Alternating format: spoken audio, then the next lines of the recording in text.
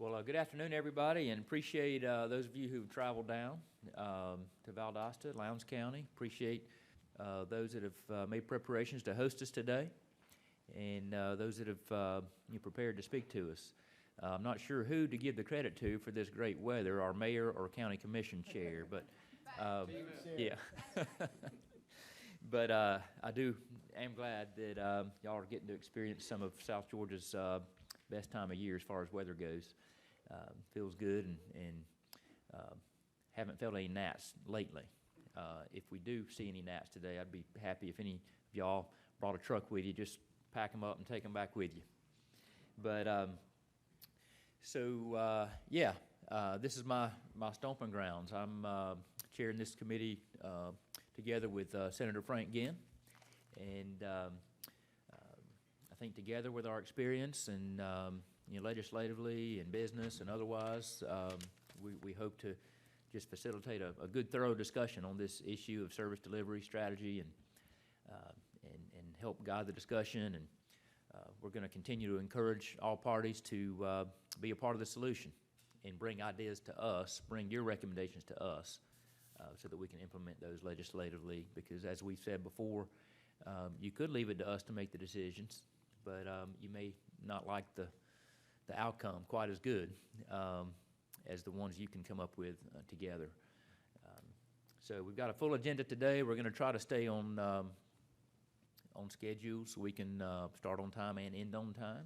I know a lot of people are traveling, and so what I'd like to do is start by asking Mayor Kurt Ward from Braselton to open us in prayer. Dear Lord, thank you so much for letting us get together today and break bread together, get to know each other. We thank you for that food. We thank you for the opportunity to use your guidance and your inspiration to find solutions for our cities and for our communities. We thank you for the people that we get to represent. We ask that we have a listening ear for their concerns. We pray for our leadership in the state level, at the county level, and at the city level, that we use wisdom to make our decisions. In Jesus' name, amen. Amen. Thank you. This meeting didn't just happen. A lot of preparation went into it. I do want to recognize staff from the Capitol is here, from Legislative Council, Stuart Morelli, our House and Senate Budget and Research, and committee staff, Molly, Nathan. Could be missing somebody, but my assistant at the Capitol, Shannon Willis, back here. She's made the trip down to help. A lot has gone into it. Paige Dukes with the county, and House Media, Franklin is here somewhere. But yeah, lots gone into this, so I appreciate all the work, and looking forward to a good, smooth, productive meeting. So this is the second of what we hope to be 3 meetings for this study committee. And, we've got the option of doing a 4th if we need to. But at the first meeting at the Capitol last month, we heard a high-level overview from both GMA and ACCG, kind of helped the committee get oriented to history and the problem that we're trying to solve, or the issue we're trying to improve upon. And today we're going to dive deeper, and we're going to start by hearing from some local governments, Lowndes County, Valdosta, City of Hayhira, and their perspective. And I think we'll all learn a lot and understand at a deeper level, how this service delivery strategy impacts, the various governments and the citizens that we're all here trying to serve. So, Senator Ginn, did you have anything to add before we get into the speakers? This is your show, Chairman. I'm just along for the ride and glad to be in your neck of the woods. Appreciate the leadership you provide to our committee.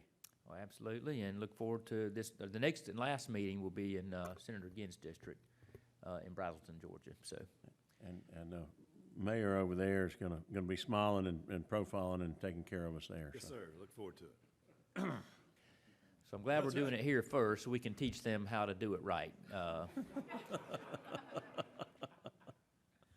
No, so we're going to get started, and we've tried to set this agenda so that both counties and cities have equal time to speak. And what we're going to do is is let them speak. If there's questions from the committee, just give me a signal, and we'll make time for questions and responses. And if anybody from the city or county side wants to respond, to anything that was said after your turn, you've been up to speak, then we'll try to make time for that too. So the goal here is to hear all sides and make sure we're making the best informed decisions possible. So we'll start with our speakers from Lowndes County, and Commissioner Bill Slaughter and County Manager Paige Dukes. Do y'all want to come up together or go one after the other? Okay. All right, well, come on up. We have 45 minutes, is that correct? Yeah. Yeah. Chairman Ginn, Chairman LaHood, committee members, staff, welcome to Lowndes County.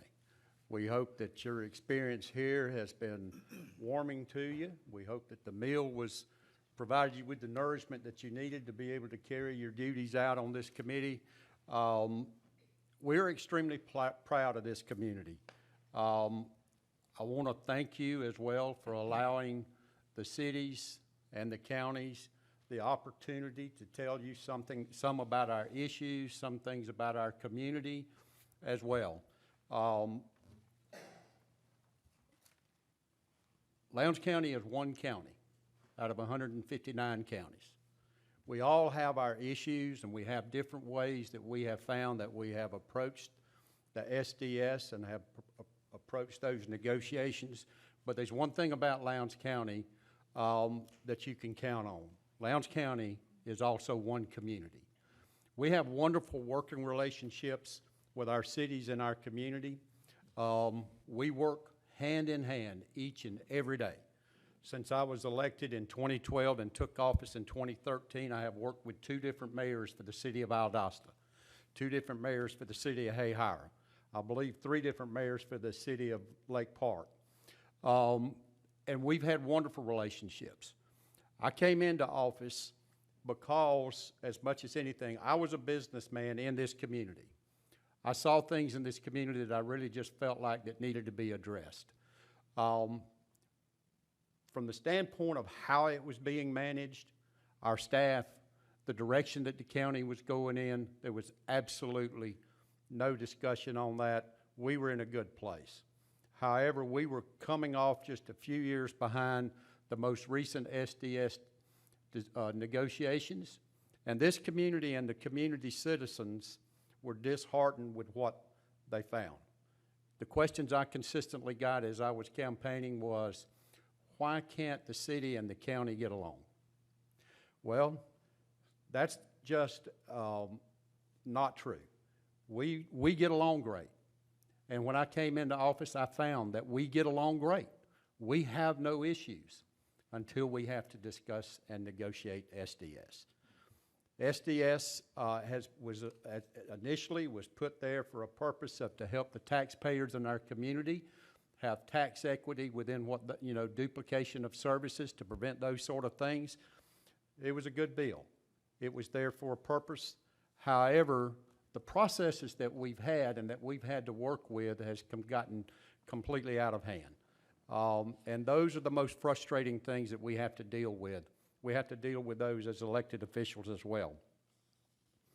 The Board of Commissioners in this community, as you know, your commissioners, county commissioners, are elected countywide. We're elected by the citizens not only in the unincorporated area, but we're elected as well by the citizens that live in the incorporated areas. So we represent those folks as well. There's not a commissioner that's currently serving that I have the honor of serving with that does not take that issue to heart. They understand that.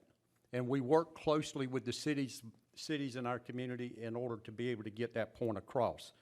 So again, those are the sort of things that we look at. It's how we approach things.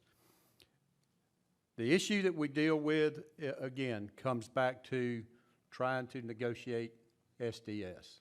As I said, we were probably 3 years into an agreement that we had, maybe a little bit longer. And then I came into office a couple of years later. Then we had the trigger with the comprehensive plan. and here was SDS in front of us. We had spent a lot of money in this community, city and the county. We had spent a tremendous amount of money with the current agreement that we had that we were working with.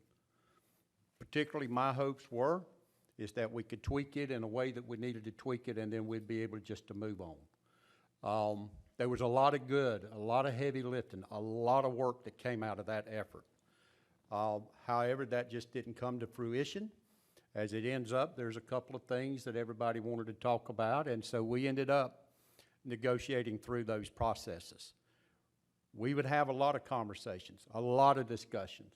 However, the process that was in place created an issue that you would then, if you couldn't come to terms, which honestly, as it is right now, there's no incentive there for you to really resolve the issue, because you go from one step, if you can't resolve, to the next step, then you go to the next step, and then you end up in litigation, and then there's really at that point no discussion between the cities and the counties about SDS and about your issues while it's going through that litigation process.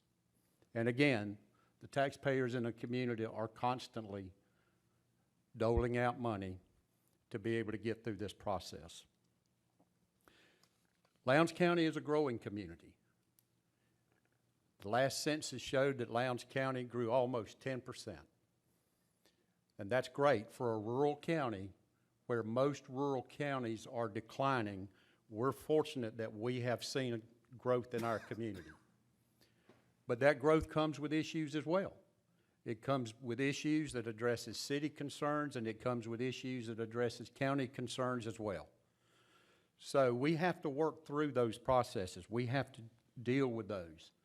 You know, I've heard the comment made at some point that some counties are now having to provide services very similar to what cities do.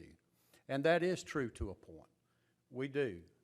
But in any community, there's some folks that make the decision that they want to live inside an incorporated area. They like the conveniences.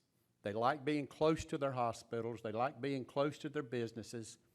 But at the end of the day, there's some that want to live out in a more rural setting where they can have more animals. They can do different things that they're not necessarily able to do inside the cities.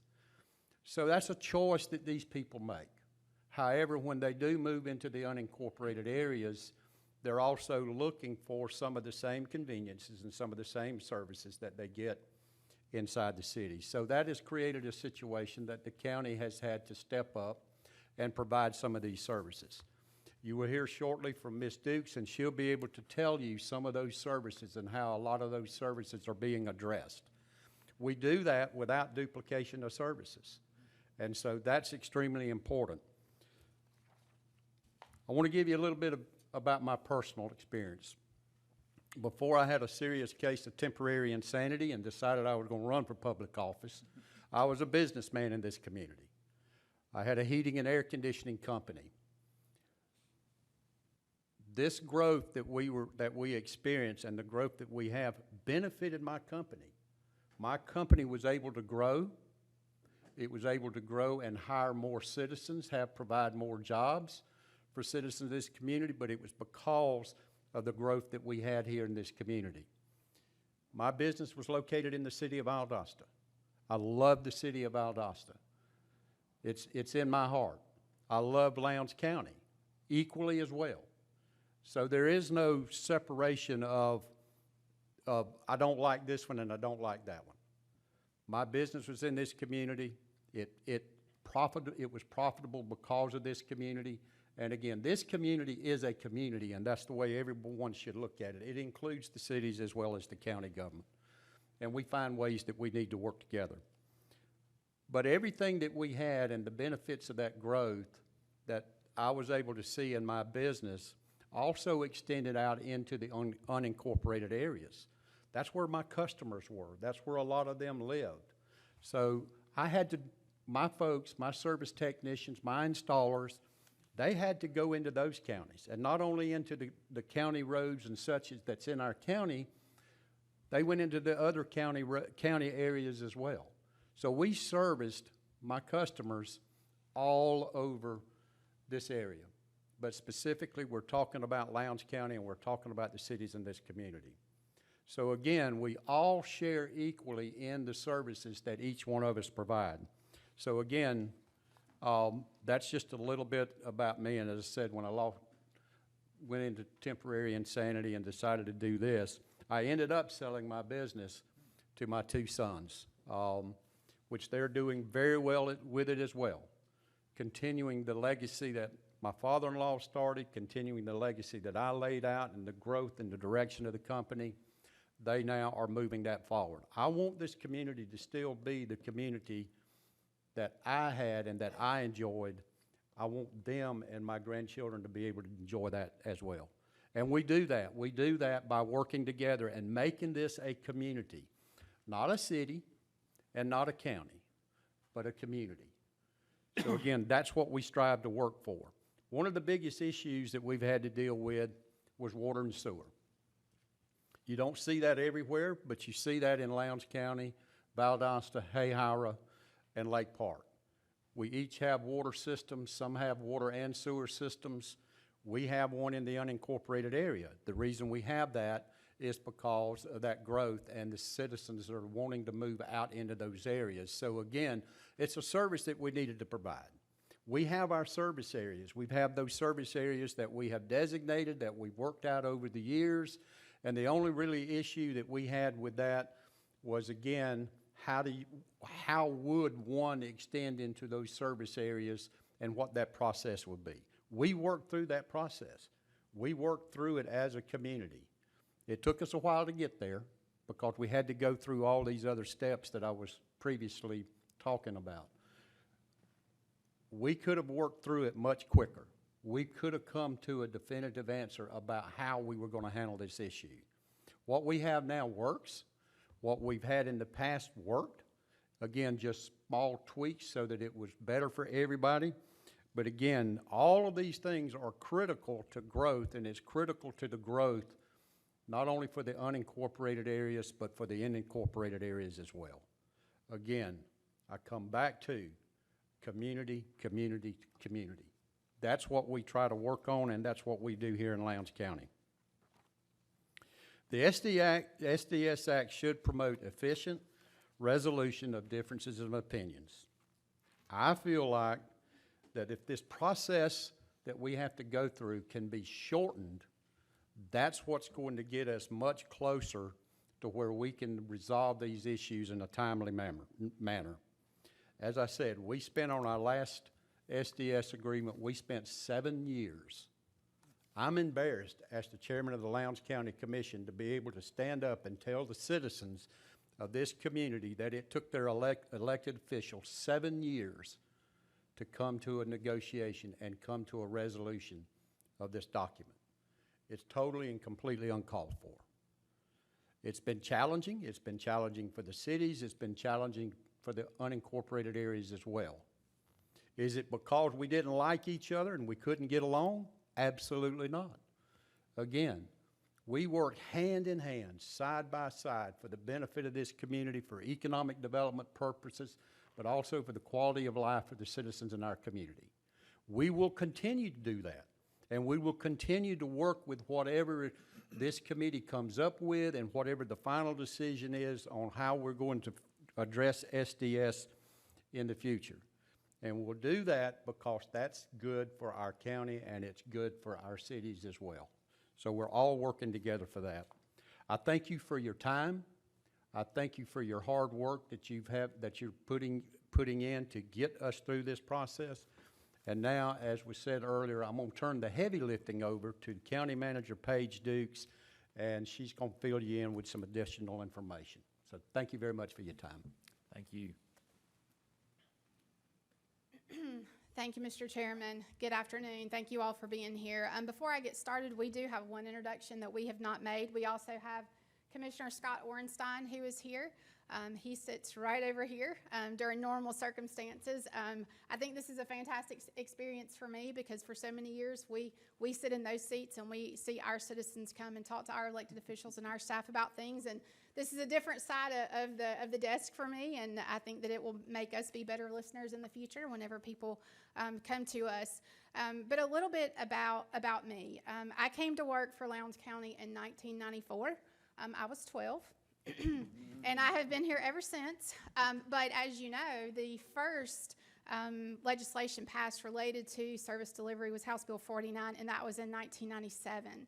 So I provide a unique resource here because I have been here for every single one. And what I have noticed from a big picture standpoint is that the more times the city and the county have to go through this process, the further down in the weeds we continue to get. And I don't think that that was ever the intent of the legislation when the General Assembly passed it to begin with. I think that the intent was a big picture, a simplified picture to make sure that we were not duplicating services and that we were not providing an environment that was a double taxation to our residents. I think since then, it has grown into much more than that. There have been other issues related to road, streets, and bridges, and whether county road systems are a whole. Issues related to annexation, issues related to shifting funding burdens in general, which, again, I don't think was ever the intent and why we're here today. But every single time the city and the county have gone through this process since 1998, we have never gotten our agreement together within a reasonable amount of time. We've had a couple of years. We've had this last time even more years. But this is the first time we've ever had a concerted effort from the General Assembly to come down and really understand what we're doing well and what we're not doing so well, and to gather the information that you all need to be able to get us in a better environment. So for that, we are grateful from the very bottom of our heart. I know that you all are busy. We spent some time earlier today, and I know that some of you have other jobs as well. So again, thank you for your time and for being here today. So coming to the table with some solutions, we'd like to talk about our recommendations there. I don't think that they are specific in nature. I think that it's what we're here to consider. I had a conversation with our mayor yesterday, as well as Tim Carroll, Councilman Carroll, that you will hear from later today, and I think that we are all in agreement that we're just asking for a simplified version, something that puts us through the process a little quicker, something that doesn't provide for, as the chairman mentioned earlier, for us to be in court and to go through so many steps. And we know that's a big hill to climb, but we believe that we can get there. So starting out, Lowndes County recommends a clear, unambiguous, simple dispute resolution procedure that will facilitate an efficient resolution, something that's going to keep us out of years and years of negotiation. We also recommend against substantive revisions to the SDS Act regarding any particular service or services.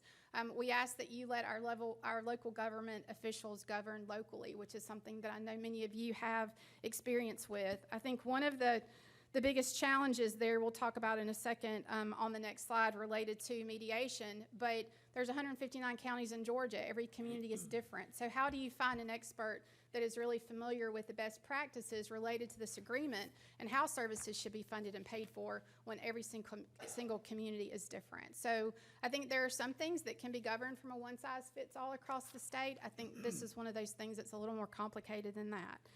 So from a dispute resolution procedure, the county suggests clear, unambiguous triggers for review and revision, a reasonable specified time for negotiation, one mediation before a mediator trained in SDS. Again, it's been our experience when we've been in court so far with this that we get in Superior Court, and none of the Superior Court judges in our circuit want to be a part of the process because it's a local issue, which we can certainly understand. So a Superior Court judge is appointed, and I mean absolutely no offense in saying this, but usually it's someone who's taken senior status, so they don't have a large staff and are not in the law every single day. So it's a little bigger challenge for them to get their heads around whenever they're also not familiar with the community. So we would suggest that the mediation before a mediator that is trained in SDS, and I know that there's also been a conversation between GMA and ACCG related to some of the options that they're working through that include some training for anyone who would be involved in the mediation process, which we certainly support.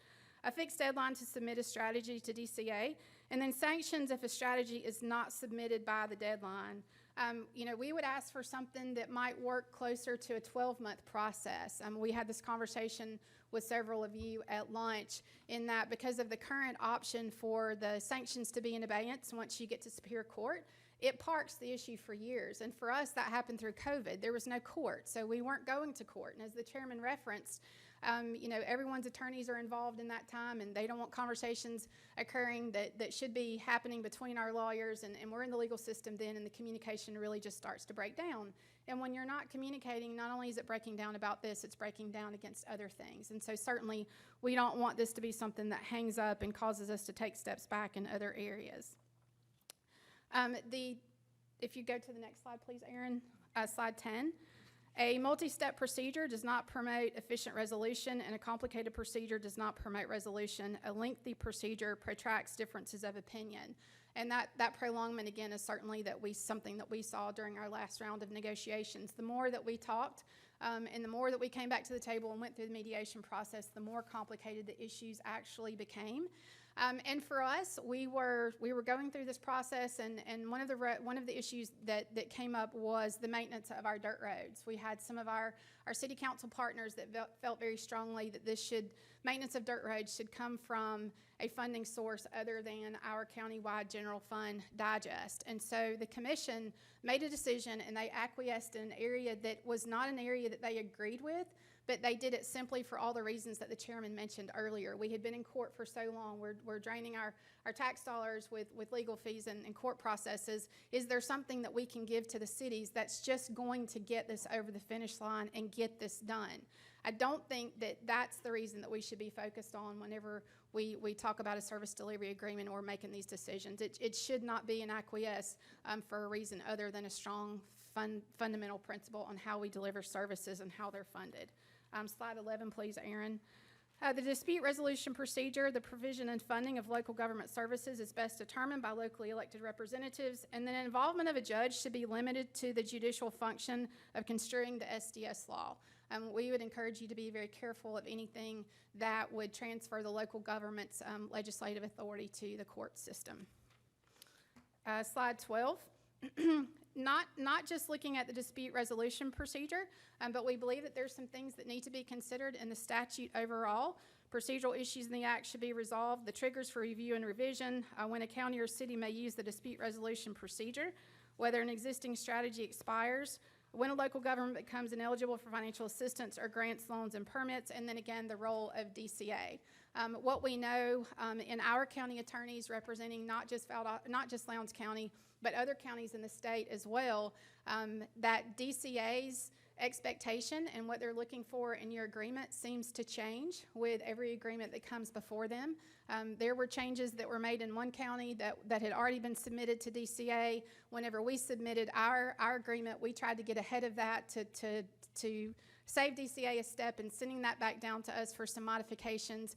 And then they didn't ask for the modifications that they had asked for in the other county. They asked for some things to be changed back, which was contrary, and they asked for some other things that had never been asked for before. So I think that there's a lack of standardization where DCA is concerned in taking a look at these agreements and understanding how services are funded and delivered. In Lowndes County, there's some ways that we really get this right. So most Lowndes County services are provided for the benefit of all county residents. So we have a levelized millage inside and outside city limits. Our county millage rate provides the same services to all citizens, whether they're inside or outside city limits, with some exceptions related to services that are provided for the unincorporated area property. The county provides some of those services. And fire protection is again a good example of how we got it right. So 3 years ago, because of growth in the unincorporated area, our citizens came to the commissioners and said, we need increased fire protection in the unincorporated area. Prior to that, we had a combination department like many counties in Georgia, especially in rural areas. We had one full-time paid station and we're on slide 14. We had one full-time paid station that provided service to the entire unincorporated area 24/7, and that was backfilled by volunteers, keeping in mind we are 504 square miles. Paige, if you don't mind, Yes. I think we might have a question. Sure. From Senator Ginn. Thank you, Chairman. Go back to slide 13, if you would. And when we talk about I guess one more back. So on the local government funding, you know, we do a lot of state grants and that kind of stuff. Yes, And one of the things that, as you and I had discussed earlier, when two local governments are in combat with each other on Yes. what's going to happen, first thing a judge does is throw out, oh, we're going to keep your all's qualified local government status so the state monies can still flow to the community. Nobody likes to see those state funds go away, but that is one of those things that I think is very important to make people get to the table faster and get a resolution. yes, And I understand, I want to make sure I'm on the record that. we that agree. we're in Yes, sir. agreement that it's We are okay to 100% in agreement. cut off those funds. Now, Yes. how would you do it when, and since you got Hayhire and Valdosta here today, let's just say that you and one of those two couldn't get along. Do we cut off all the funding for the county and the cities, or how would you suggest that we would put that into law? Well, if we're going to stay with a simplified version, and given the way that the act is currently written, I think that it absolutely has to be all or nothing. I think that you are opening yourselves up to a more complicated appeals process and for things to continue to take longer than they should when you start picking and choosing. I don't know how you do that fairly anyway. But I think that it's just like local option sales tax. You know, there's a trigger for local option sales tax, and if that form's not into the state by a certain date, then local option sales tax goes away. I think that there's got to be enough teeth in this legislation to keep cities and counties at the table. This is not an opportunity for us to continue to kick the can down the road. I think that whenever this is before us, this should be something that's all hands on deck. But I also think that we have a responsibility to not only talk about this when it is triggered by the comp plan review. I think that if we're going to get ahead of the game, it's a planning process. I think that we should be planning for our discussions related to service delivery strategy and that agreement prior to that, so that we're more ready to negotiate if that is what's needed at that time. I think the other part of that we have struggled with DCA some, that is somewhat related to your question, is also, you know, what their expectation is. I think that there's a lot of work to be done along with that as well. Okay, and I just want to make sure my committee members understand the, what's being proposed, because I want to come back and revisit this at a point, to make sure that, that's one of the issues that I've heard repeatedly, is that, well, everything continues like it's going, and that's why the feud stays as long as it does, because Yes. there's no way to bring people to the table. And so, after you get done, and maybe either this meeting or our next meeting, I'll hope that ACCG and GMA will comment on that as well, because it is one of the things that, you know, at some point, we'll get people to buckle. Yes, Thank you. you're Mr. welcome. Chairman, can I make a comment? Absolutely. Go ahead. So, if you can hear me, How about, tell them who you are and who you Chris represent? Dockery, I'm the chairman of Lumpkin Yes. County. So, you mentioned that you thought that all parties should be in agreement 100%. I think you have to look at that carefully, because if you have the city of Valdosta, and I know you have some, what is it, Lake? We have Lake Park, Ramerton, Park. Dasher, and Hayhire. So there's and I'm 5 sure- cities in Lowndes And County. I'm sure they're all good cities, and I'm sure you all get along. They are. We do. But with no doubt, Lowndes County and Valdosta are your two biggest players, your two biggest budgets, and probably have a lot more to lose. Yes, So if you had hypothetically a smaller city that was looking for a whole lot more, then they have a lot of bargaining power to hold up the whole loss or the whole SDS negotiation if you're going to lose your qualified local status as a qualified government. Sure. So when, you know, I think you have to be real careful with that, because you're putting a lot of power into a small municipality to hold hostage a lot more money than, so I would just be careful with that. You know, maybe there's a percentage, maybe Sure. you have to have a certain percentage of cities and counties that agree, but if you just do 100%, I think that's very dangerous. well, I think what I would say to that, and I certainly understand, and I think that that's the beauty of this conversation, because those things do need to be discussed. But I think that the smaller cities would say, and I don't want to put words in their mouth, but I think that Lowndes County and the city of Valdosta very much held the smaller cities hostage through the last process that we went through. So I think that sometimes that road can run both ways there. And I think that it's also been our experience here in Lowndes County on some issues, they do very much become either a city or a county issue because of the organizational structure of GMA and ACCG. And so sometimes you'll have a city that will have an issue that the other cities will join forces, and now they have the same issue, even though it may not directly apply to them, simply because the cities are sticking together through the framework of GMA. So I think that your point is definitely a part of the conversation. There's a lot to that. I think that our perspective is to make sure that there is something heavy-handed enough that gets everyone's attention so that we can't continue to draw this process out through the court system. Mr. Chairman, if I may. All right, another question from committee member? To Mr. Dockery's point, assume you're a small city without a lot of threshold for rainy day funds. You know, we feel like that's an important part of the conversation as well. For example, in Brazelton, my city crosses 4 counties, and by that, we're a very small portion of the negotiations. You know, the percentage of my city that goes into other, you know, negotiation pots, a very small portion, and we may not have the reserves or rainy day funds that some of these larger cities may have, and you take away those opportunities for us, it affects us. You know, I just think that's part of the conversation that really needs to be considered as well. I've got a comment/question for you and whoever else may have an answer, but this is required every 10 years, Yes. correct? How many years ahead of time, in your experience, have you seen the cities and counties start discussions? We avoid it like the plague. Even whenever we talked about today, we said, you know, we just got done with this. We just in 2003 got our 2016 agreement signed. We agreed in our agreement that agreement would be in place for the next 10 years. DCA, of course, does not recognize that deadline. They are still looking at us in another 3 years to reach out to them to say that we have reviewed. But I think that a better environment as far as the legislation goes, and simply because we've had this conversation today and it's allowed us to have some conversations that we wouldn't have normally had about this, that our officials will plan to begin that conversation. But I would look 12 months out. We would need to start planning.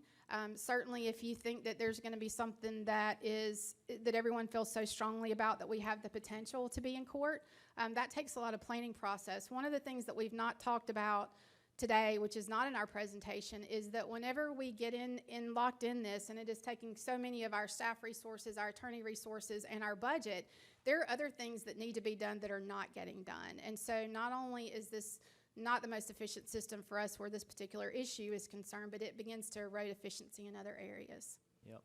And I've heard from, our speakers so far today and from others as I've discussed this issue around the state, but a lot of cities and counties are getting along great and doing,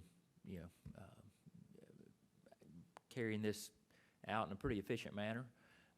Sounds like the process could use improvement, but another thing that stuck out to me in conversation is that elections can have big consequences. You have people that are getting along fine, then an election happens and everything changes, which then it just falls back on the process, following the process. And so that's why this conversation is happening today, so that we can tweak the process to make sure it remains good for the citizens that are being served. So, Ready for you to pick back up? yep, go ahead. Okay. Yes, if we could go back to 14. So we talked about how the process can get hung up, but to start back into, our citizens were asking for a greater provision of fire protection. So we had to have a funding source for that. So the commission, as they should, went straight to the unincorporated area, and they assessed a standalone millage that provides for fire protection in Lowndes County. That was not something that the city had a problem with. It's coming totally from the unincorporated area of the digest, and it is providing a property-specific use, not a benefit-specific use, but a property-specific use from a dedicated millage to a particular area. And so we believe that is your intent where the act is concerned, and we just want to let you know that we get that, and we have demonstrated that our officials are capable of performing at that level. Solid waste collection in Lowndes County, users pay user fees to franchise haulers. Countywide revenues are not used. Slide 16, Aaron. For water and sewer services, the chairman touched on this earlier. The county and the cities have agreed to our service areas. They are critical to expanding our services, and the areas may be changed upon approval of the affected county or city following a written request of a property owner, and the cost of county and water sewer service is funded by user fees. But again, those are not hard lines where our service areas are concerned. We have several examples over the last year where the city has requested through a development or a property owner to provide to a particular area in the unincorporated area. We have done that. I think that part of what can become a part of this conversation that I think we've also addressed is annexation, but I know those conversations are taking place in other areas of the state as well.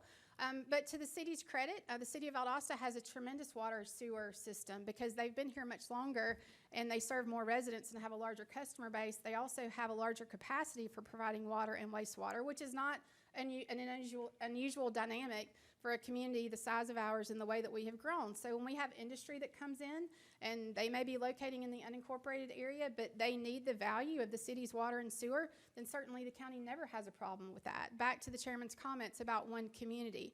So while there are things in the act that do cause us to have to negotiate and not be able to agree on things, there are so many things that have bigger stakes for us here as a community that we are making an effort to agree on every single day.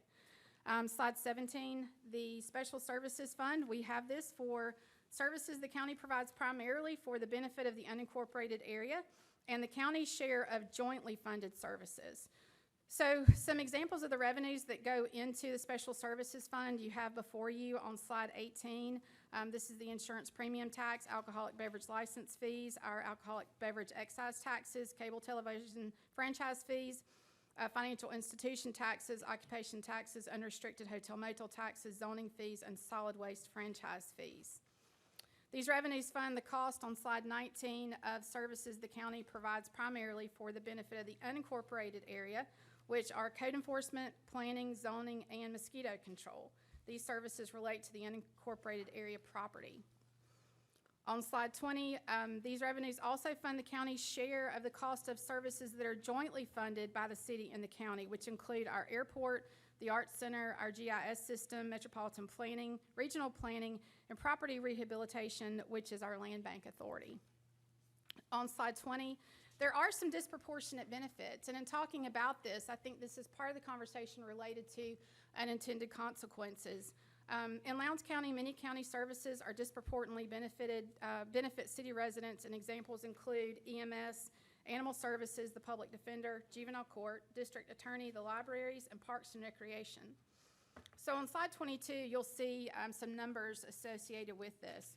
So in the unincorporated area, EMS is 70% of their service is utilized, with a population percentage in the incorporated area of 52% of our total population, and that population contribution to the general fund is 51%. For Animal Services, the incorporated area residents are using 56% of that service, Public Defender 70% of that service, Juvenile Court 68% of that service, District Attorney 65%, and then 86% of our libraries are inside city limits, and 70% of our parks and recreation facilities are inside city limits. This is not something that we have argued over percentages during our negotiations related to our service delivery agreement, but I think that it is an example of how I don't think that you can legislate everything into fairness. There still has to be some leeway there for our local government officials to look at what services are being provided, how they're being funded for, and what that means to the entire community. So on slide 23, we'll talk just a minute about roads. The county road system is a system of roads. It's provided for the benefit of all residents. Individuals choose to use the county road system, and it is regularly used by city residents and businesses.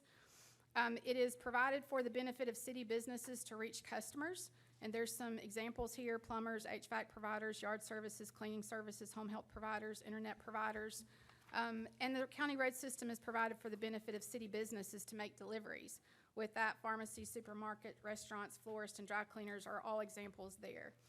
The county road system is provided for the benefit of city residents to reach destinations in the unincorporated area and other cities, and you see a list here. We include this because we know that this has been a topic that has been through our courts in several counties. Currently, it is before the courts still. Barrow County continues to move in directions related to roads, and both the city and the county right here in Lowndes County have filed amicus briefs related to this entire thing. So it's not enough for us to stay in our own argument here. We want to get in someone else's, which again, I think proves that when you have an entire industry of attorneys and consultants that has been built around one piece of legislation, gentlemen, it's time to take a look at that legislation and see how we can fix that to get all of this back in our local communities and out of our taxpayers' pockets. So if we move on to slide 27, unintended consequences. A substantial amendment to the SDS Act regarding any specific service will likely have unintended consequences. Negatively affected party may pursue the correction of inequities in the provision and funding of other services, and this will lead to the duplication of services and the inefficient provision of services contrary to the intent of the Act.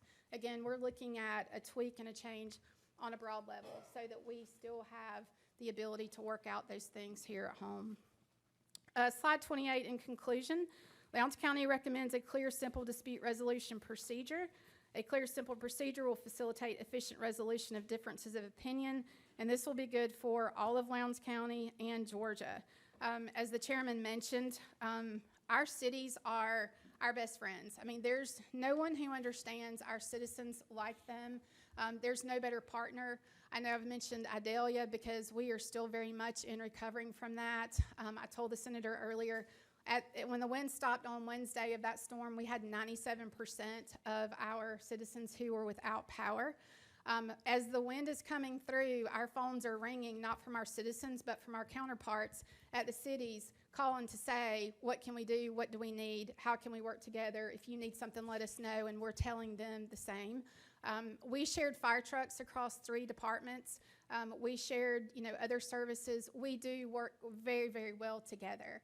And as the chairman said, we are not an environment where I've heard some of you mention at lunch where cities and counties just don't like each other. That is not us. We belong to the same civic clubs. We go to the same churches. Our kids play ball together. We cry with each other. We laugh with each other. And we work through providing for this community the best that we can together.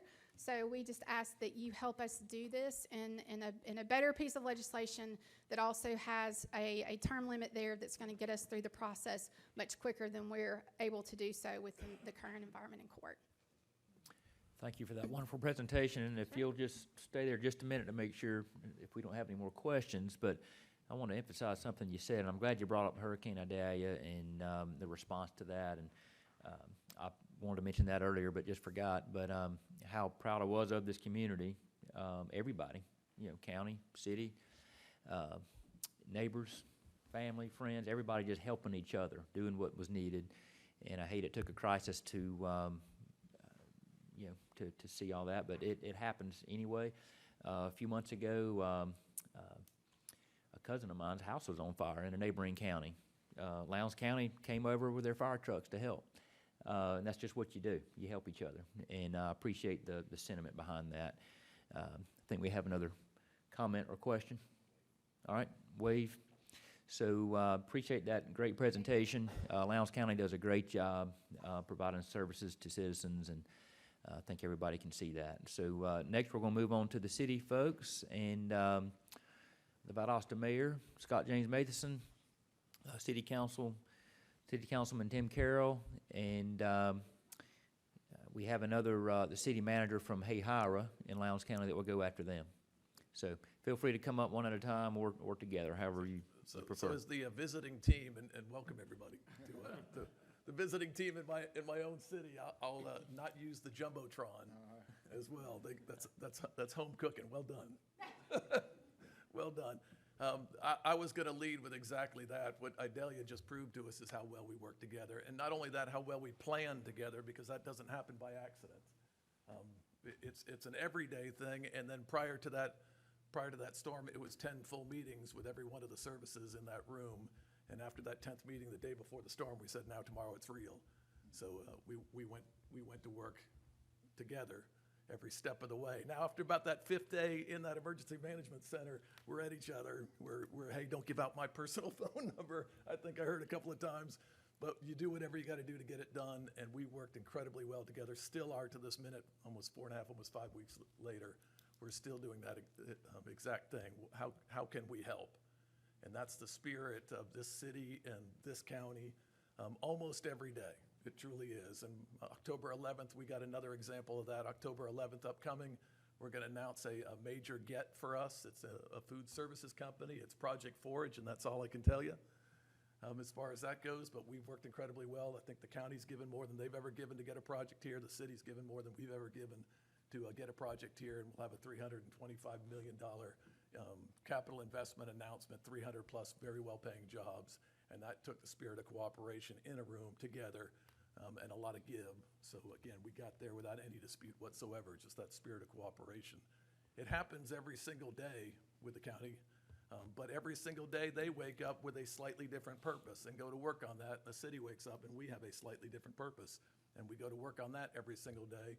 We pass in the night, and then on the chance that we work on a project together, I just gave you 2 great examples, we do it very, very well until we're pitted at a table with a piece of paper in front of us, and worse, and my apology to all lawyers in the room, with lawyers in the room. We think, I got 2 dear friends sitting right here, the county commissioner that just left, if I was gonna have another kid, would be its godfather, for crying out loud. Just wonderful people. But again, when you're pitted with something that you're gonna be passing on for the next decade, it's a tough ask. It really is. It's a tough ask to draw those lines, and when you do draw those lines, I'm afraid to start making people think 1 foot outside a city limit or inside a city limit with that waking thought and that day that they go to work. So unfortunately, I'm also old enough that I put 25 years between my public service, and in the little town of Bremerton inside Lowndes County, I was there when House Bill 489 showed up and caused that division. I was sitting in that little town, and in that little world, we need the county. In that little world, we love it when the county sits down and says, what can we do for you? What are your needs in a little city like that? The city of Valdosta, we like to be our own entity. We know we can't do it without the county of Lowndes. We know that spirit of cooperation is necessary on any given day, but again, our missions are slightly different. Until we sit at that table, it becomes a beast. And I've been a mayor for 4 years, so I got to watch from my podium in my radio station studio there. I got to watch from the outside looking in as they disputed for that first 3 or 4. And I found it appalling as a citizen. I found it appalling as somebody who discussed it on any given day. And I found it appalling as somebody who sat down with the county government every other Monday and the city government every other Friday and listened to their disputes both on air and off air as to that process. It pitted them against each other hard. When I stepped in my first year in 2020, even prior to COVID, I thought I could walk in and solve it. I couldn't even bring anything back from the county to my city council. It had gotten that bitter at that point. I could not even walk back in something that they asked me to present to them or discuss that our council didn't want to take to litigation and didn't want to hear. It took that second year before they'd start listening. It took that 2.5 years before we sat down with a mediator and actually got to the finish line. It just then took another year to get maps drawn and get the ands and the ors done as we passed them back and forth. Again, with apology to the lawyers, that's where we were for the next calendar year. So what I thought I could solve in a day, I found to be very, very deep-rooted and very bitter. I heard stories on both sides of the fence about books being slammed and meetings being called to a conclusion before they ever got started, and the horror stories were there. And unfortunately, again, there's nothing we can't do together. We prove it time and time again, yet this thing was a beast unto its own self. I love the deadline. I love 12 months, and you're either at the finish line, because otherwise you walk into that room and whoever's happy with that current agreement, whoever thinks it's to their benefit, what is their motivation? They would sit there and just smile and smirk and let the other say, so it's gotta be some sort of punitive damage to not negotiating and not talking and not compromising. The art of compromise is that both sides come out just a little bit unhappy, if I'm correct. And then you have the best agreement. Go ask go ask the Public Service Commission in the state. They'll tell you that's the way it always ends. So I'm going to leave some of this to Tim Carroll and then to Richard Hardy, our city manager, if he wants to come up. Tim lived almost all of it, every bit of it. I lived it from the outside, and then unfortunately from the inside. It was absolutely no fun. I didn't want to talk about this again for 13 years. We all discussed that 3-year window to close out that 10, and then rolling it at 10, rolling it for another 10, no matter what changes were made in the county or the city. We were going to not talk about this thing for about 13 more years, and now here I am talking about it again in front of you. So thank you for your time, and thank you for trying to find some sort of swift resolution to an ugly situation at times. We appreciate you. Thank you, Mayor. Yeah, thank Appreciate it. Mayor, before you leave, let me ask you, Senator? make sure I'm on the same page. I think I'm hearing you singing the same song that the county manager said, was that there needs to be some teeth in it. There needs to be that if you can't get agreement, there's the state's withholding something to get people at the table, whether that be grants or whatever. I think that's what I Yes. heard. You heard correct. Okay. Yeah. Just want to make sure that my committee members stay on top of that. Good. Thank you, Senator. Yeah, without consequences, it's hard to get, progress made, so. Yeah, and I I wasn't agree. putting it on either side. If it was to our agreement because of growth over time, then I would sit on my hands and smirk. Yeah. Very good. Thank you Thank for you. your presentation. We're doing good on time so far. We've got Mr. Carroll and Mr. Hardy's going to say anything, and then Mr. Jonathan Sumner from Hayhira. We need to wrap y'all up by 2:33 if we can, and I've got 1:55 right now. All righty. Well, thank you very much. Again, welcome. It was great having an opportunity to speak with many of you earlier today over lunch. And as the mayor alluded to, my first term in office started in 2008, so I came in on the heels of our 2008 SDS agreement, but I sat through the thick and thin of it through our most recent SDS agreement. And probably the first thing that really hits me is the goal of this legislation was to save taxpayers money, correct? Mm-hmm. Well, we're giving a whole bunch of it away in litigation costs. So the very first thing that I would say has to be addressed is how do we get the lawyers out of the room? And as the mayor said, I ain't got nothing against attorneys, but whenever you do that, you start ringing the cash register. In our case, this most recent SDS battle, probably between the cost of the city of Valdosta and the cost for Lowndes County, were probably about $1 million in legal fees. Now think about that a minute. $1 million of taxpayer money. We got to find a way to get away from that. I mean, that to me is job one. But I agree, you got to have some penalties, and I agree with Senator Gann, that you got to have some teeth to make parties sit down together. But there has to be a process that both sides can live with that mediate that process, because some of what was the issue between the city of Valdosta and Lowndes County was, a certain position on a given issue, a given service, that we had two different viewpoints, two different positions on it. And how do you resolve that? And the mediation is the only way to resolve that. But instead of involving attorneys, we need to figure out how do we find a body to resolve that issue in a timely manner, and one that's binding. Arbitrary, we have to live with what they say. We got to find some mechanism to improve that process. It eliminates the need for all these attorneys, and quite honestly, I don't think the court of law is the way to do this. Personally, I'd love to see a body comprised of GMA representatives and ACCG representatives, to sit down together and hammer out and say, this is good, that is bad. But I do like the idea of having teeth to say, look, one way or the other, once we come to this agreement, that's it. Otherwise, you're going to face penalties. But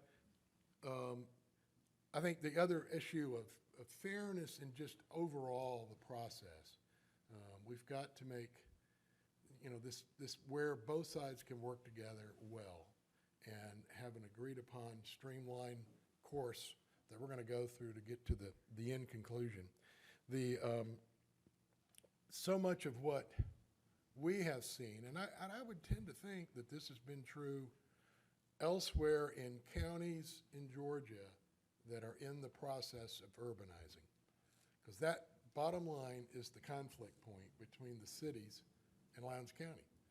Lowndes County's urbanizing, citizens want more urban services.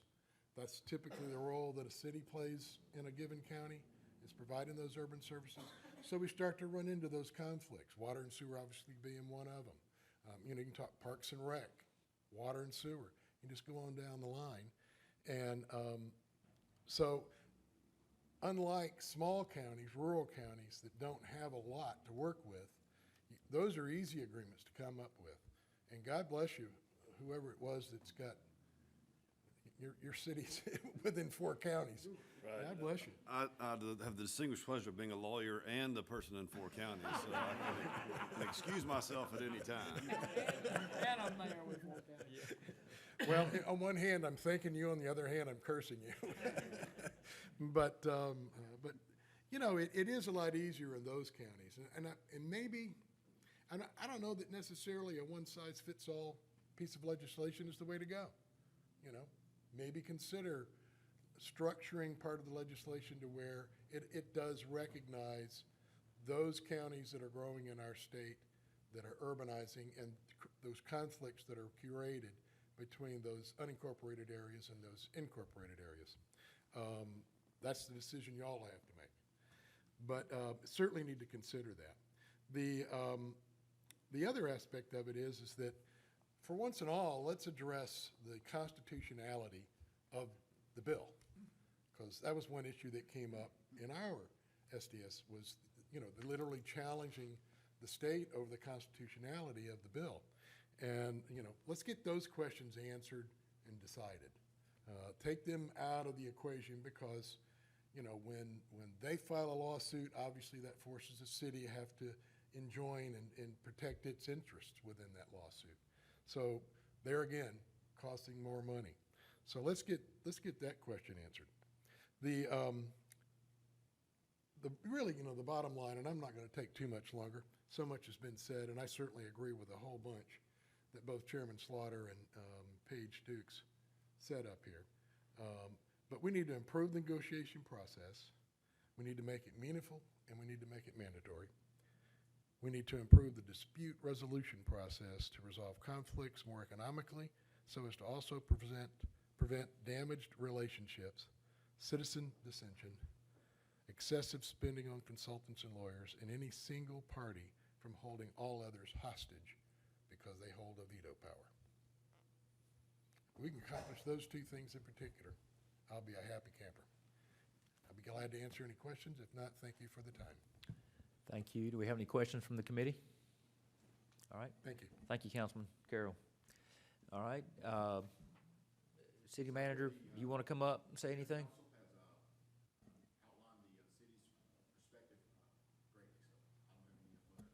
Sounds good. Thank you.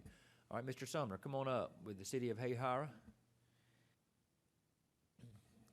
Hayhira is one of the smaller cities within Lowndes County, and Mr. Sumner's been the city manager there for how long?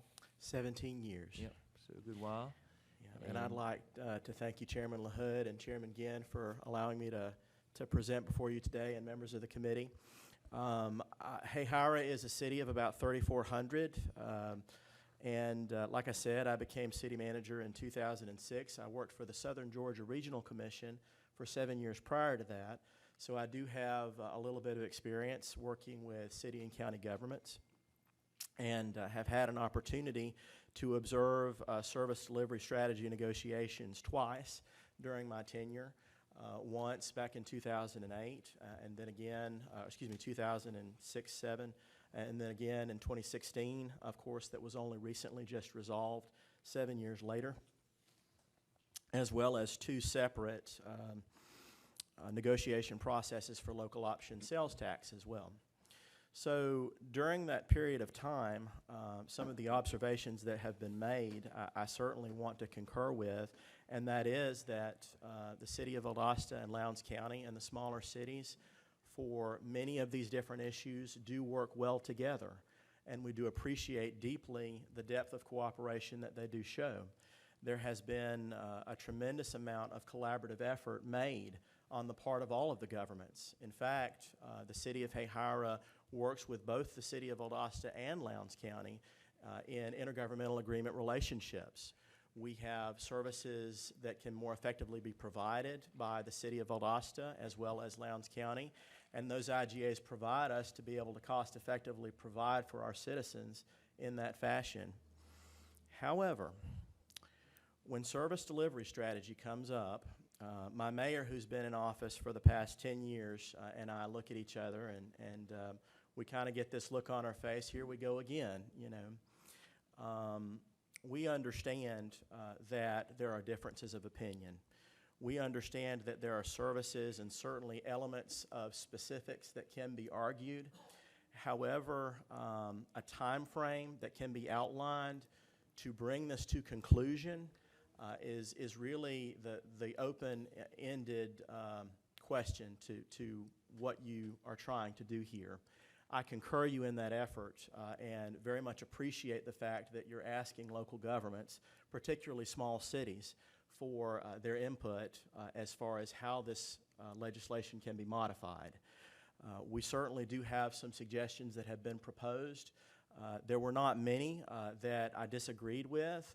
I guess the only issue that I wanted to address at hand was this concept of being held hostage.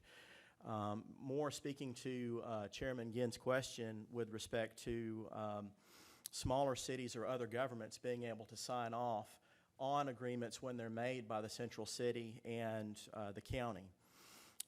When you have an ability for a resolution to be arrived at, you've got a position with the smaller cities, of which, of course, Hahira is one. We're the largest at 3,400 in population, City of Bremerton, City of Dasher, and Lake Park, where we pretty much have to sign on if I understand what's being proposed. And currently, as I understand it, there's a little bit more of a modified solution that's been proposed, at least currently, of maybe if one or two sign off or all sign off. And this is what I'm having a question with. It's compared against the local option sales tax legislation. And if LOST is going to be the standard, there's a provision that small cities can rely on, and that is population percentage. If there is an ability for smaller cities to not agree to that percentage in local option sales tax legislation, then we can always fall back on population. In our case, in the most recent LOST, that's what we did, and it almost doubled our population, our percentage intake. So that was a hard and fast determination that was made apart from the law that we could fall back on. What's that going to look like in service delivery strategy? If smaller cities are forced to agree to provisions that we might not necessarily have agreement to, what can smaller cities rely on would just be the question. I don't know if I know the answer to that, but all I'm saying is similar provisions that exist in LOST, perhaps if they could be proposed in the SDS law, we would very much like to see that. What is the end game? What is the ability for there to be a conclusion to this process? If, in fact, that is some method of mediation, I can tell you that in my 17 years, I've been through 5 or 6, and none were successful. The solutions were arrived at in the 11th hour, and they were arrived at through signatures that were achieved. In this case, with the most recent service delivery, the strategies were not submitted to DCA until about 18 months after that last mediation. I don't call that success. What I'm asking for is some method whereby we can achieve a conclusion to this process. And if that's a panel or some type of arbitration, some type of group that the cities and the counties can agree on, perhaps that's what needs to be done. But if it's going to be a situation whereby all of them have to agree in order to sign on, I don't know if that's as fair to the local governments. Is there any way, and this is the question I would ask, that perhaps all the governments that agree to what that panel states what that panel offers as the concluding resolution once the cities and the county have a chance to provide for their arguments. Could they then say, all right, well, our bodies are going to vote to approve that, and then we're not applicable to any type of sanctions that are applied then at that point? If there's not a sanction in place, there's no end game. There's no way for this process to come to a conclusion, and you get years and years and years. So if there's a method whereby local governments can sign off on that, and then they then are not subject to those sanctions, that would be a solution that could possibly be proposed. I also would like to lessen the pain of this, and I don't know if that's beyond this committee's purview, but if local option sales tax and service delivery strategy could be negotiated at the same time, that would be very preferable. We absolutely want to minimize any type of perception from the public that the city and the cities and the county cannot get along. And I absolutely commend this committee in that effort, and I thank you so much for being able to hear my comments today. Any questions I can answer? All right, I think we have a question from Mayor Ward. Yeah, Yes. on your comment about Lost and SDS, are you proposing that a dispute resolution be combined for both? Combine the negotiations together, or try and harmonize these to be operating at a similar time? Try and harmonize them to be operating at a similar time. I understand there's been dispute with respect to Lost, and those are funding issues, whereas necessarily service delivery provides for not duplication of services. And I understand that from a manager standpoint, sometimes they can be seen at one and the same, but from a standpoint of the public citizen, they might think that services and funding are two separate. So not necessarily would be my answer to that question. However, from a standpoint of cooperation, if they can be negotiated concurrently, it would definitely be preferable.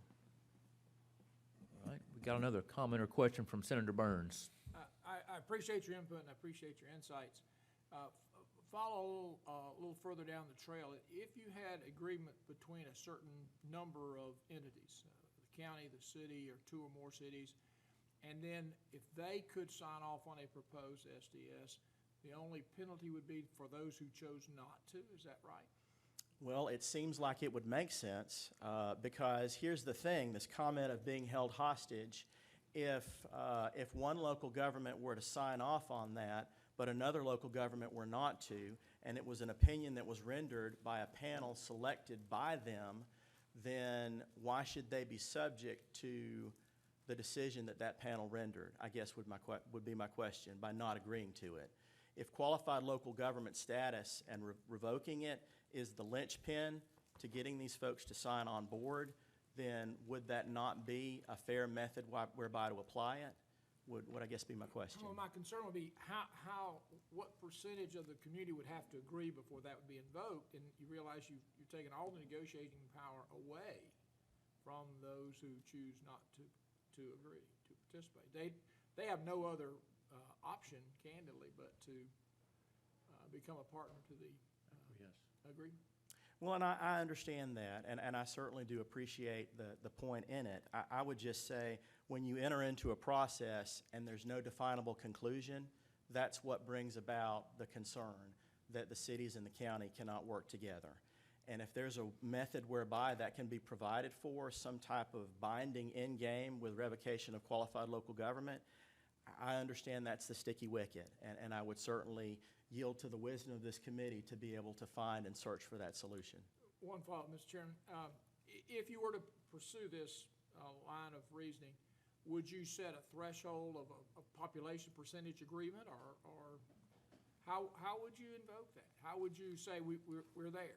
Even though we don't have 100% agreement, we have some reasonable concurrence on the decision. I think that the solution would be found within that arbitration process. If there was a panel that heard fair arguments from either side and was able to arrive at an acceptable conclusion, then in that agreement of the permission that those cities and the county gave that panel for the ability to abide by that decision, if they choose not to, then at that point, wouldn't that be on them? Agree. Okay. But I also look at the smaller community's perspective and say, what are their options at that point? Sure, sure. Well, I mean, they can choose to carry the battle forward then and not sign the legislation, which of course we didn't do back in 2006, and we were subject to an agreement we did not sign. But at that point, you know, we would then, if we did not sign, be subject to non-QLG status.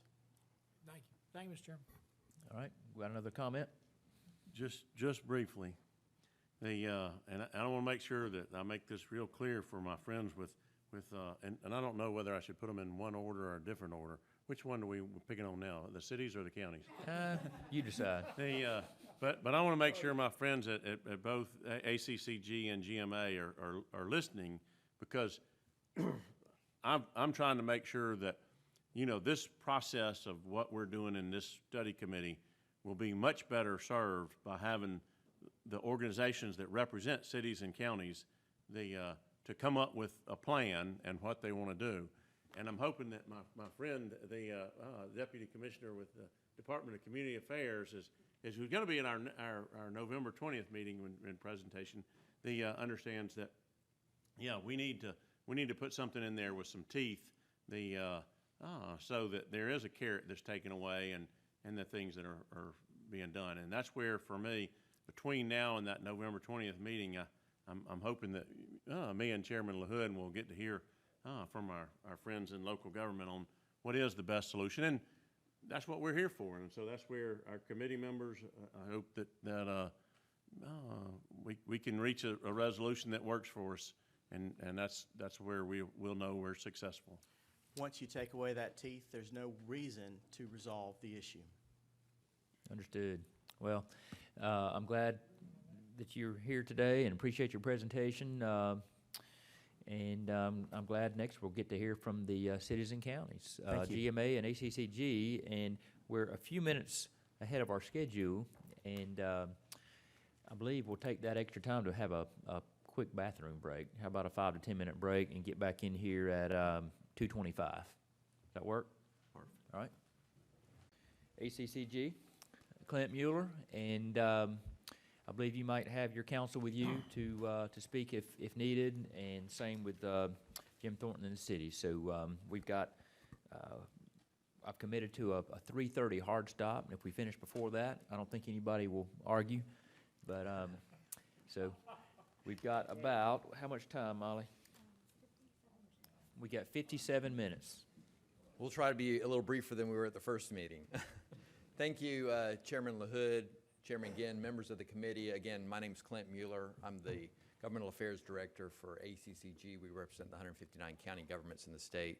We spoke to you again at your first meeting. This is a follow-up at the first one. I'll just remind everybody, we really were just talking more about what did the SDS law require. Now we're going to get into, Senator Ginn, to your point earlier, solutions, right? Some ideas to put on the table. I do want to preface my remarks with some of the ideas we're going to talk about today haven't been voted on by our policy council. GMA also has a policy council. So those are the bodies that represent our associations and sort of decide on our policy positions. These are things that have been discussed in a subcommittee, joint subcommittee that we put together. But before I get into any of that, I owe Senator Burns a homework assignment that you gave us. Do you remember that? You had asked us, how is this a real issue across the state? We hear of a few places where they struggle to reach a consensus, but most people getting along and fairly easily complying with the SDS agreements and getting them in on time.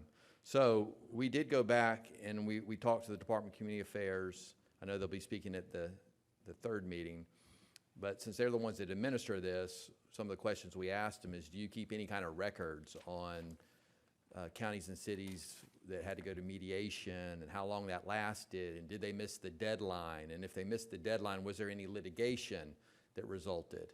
And the answer to that was no, they don't. In fact, even the deadlines, the way their database works, and again, I know they're here, I don't want to speak for them, but the information that was passed along to us is once the deadline is passed, the system populates the new deadline in the system, and the old deadline's gone. So they don't really have a historical record of, did somebody miss the deadline? If so, how long did it take them to get that in?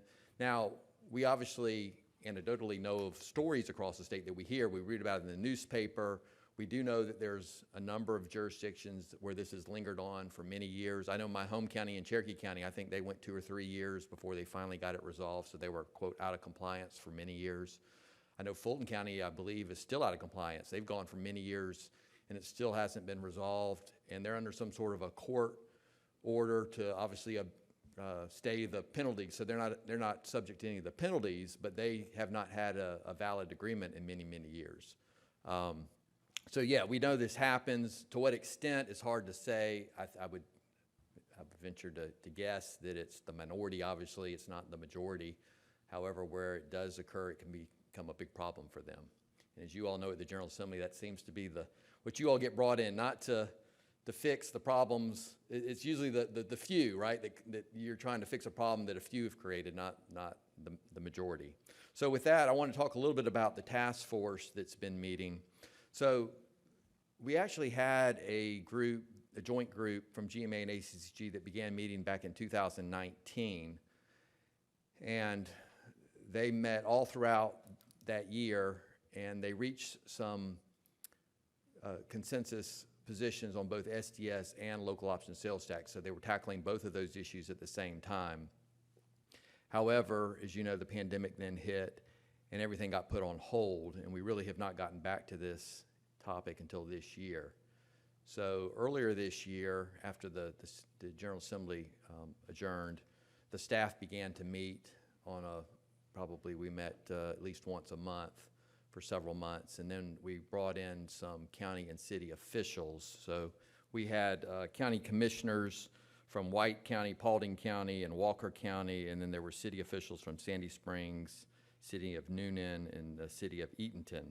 And they began to meet, but we didn't start from scratch. We started working off of the work that was done back in 2019. So what we're gonna talk about today, both Jim Thornton and myself, is the work that was done in 2019 and the continued work that's been done this year. It is only the work of a subcommittee. It hasn't been ratified by our policy councils. However, we feel like we want to go ahead and put it on the table and let you know sort of what they're discussing in regards to both SDS and loss. But we're going to obviously focus on SDS, but when we get into the dispute resolution process and when I talk about the schedule, it kind of brings in lost into some of that. So I'm going to discuss this idea about aligning comp planning, service delivery negotiations, and local option sales tax negotiations. And Jim Thornton is going to focus more on the dispute resolution process. So you may or may not be aware, but on local option sales tax, all counties and cities are negotiating that in the same calendar year. So it has to be done within 2 years after every census. So we just got done renegotiating in 2022. So the deadline was December 30th of 2022. All local governments were doing that. Unlike SDS and comp planning, which those are staggered out. You know, there's a 5-year update to the comp plan, but then there's the larger comp plan every 10 years.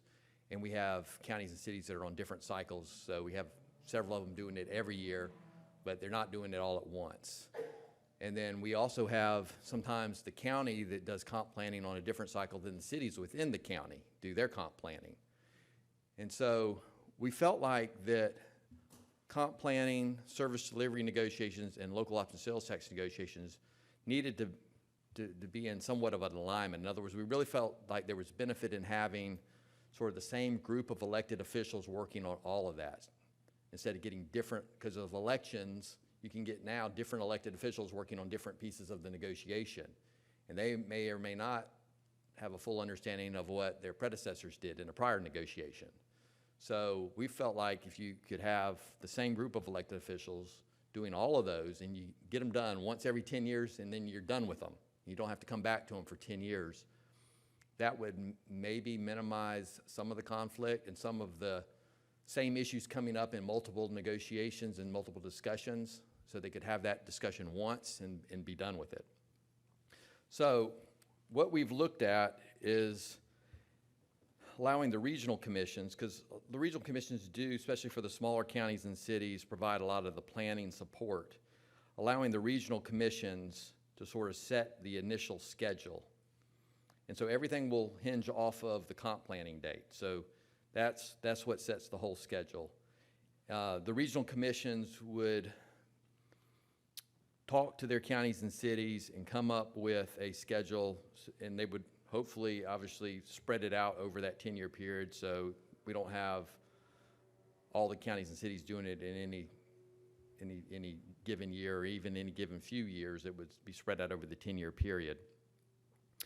The cities would do their comp planning along with their county. So whenever the county is doing the comp plan, the cities are doing it too. Now, I know we have some cities in multiple counties, and your question is probably, well, what about those cities? They're going to do the comp planning with the county where the majority of the municipal population is located. So I know, Mayor, you're in 4 different counties. You would have to do your comp planning in the county that has the majority of the city of Braselton's population. And you would fall into that schedule. Obviously, you're still going to have loss negotiations that may be different because you're, again, in multiple counties. So to do this, we were looking at having this schedule begin sometime between 2027 and 2037. So that pushes it out into the future. The regional commissions would set the initial schedule working with their counties and cities and send that to the Department of Community Affairs. The Department of Community Affairs would have to review it, and they would either agree to it, or if they had some changes that they want the regional commissions to make, they would send those to the regional commission and say, hey, for whatever reason, we'd like you to look at this and maybe make this change. And so there'd be a little bit of back and forth between the regional commission and DCA, but ultimately DCA then would sign off on that schedule. For those counties that have their comp plan coming up within the next 5 years, they would be able to ask for a waiver, so they wouldn't have to.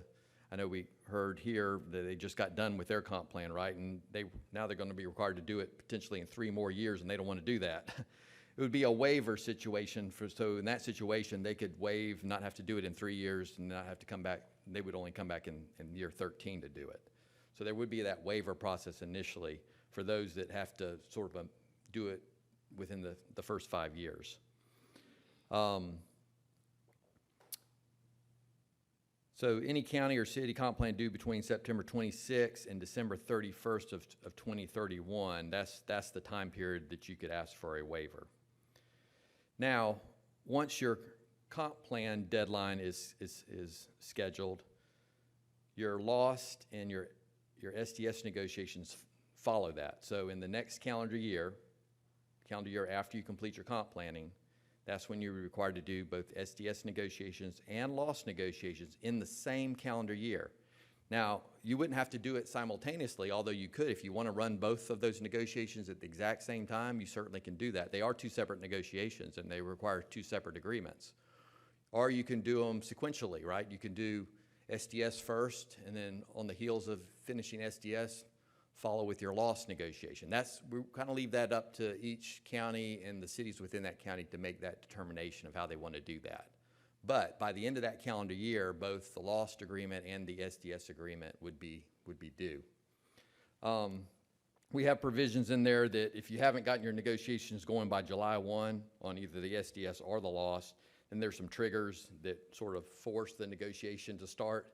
So it's sort of up to the jurisdictions to get together before July 1, but after July 1, there's some more pressure put on them to get going, because obviously these things can take a while. But so at the very least, they'd have a 6-month window to negotiate. Hopefully they take the full year to negotiate on both of them. And then of course, they would have to have that done before the end of the calendar year. The loss agreement would still be submitted to the Department of Revenue. The SDS agreement would still be submitted to the Department of Community Affairs. And then Jim's going to talk about the dispute resolution process, and tied to the dispute resolution process is penalties for failure to comply. So if you fail to meet those deadlines, like we've heard today, there needs to be penalties, and those penalties to be as of date certain, like Lost is. But for SDS, we don't have that. And so Jim's going to talk more about that. But before I move off the schedule, anybody have any questions about this alignment of comp planning, SDS, and LOST?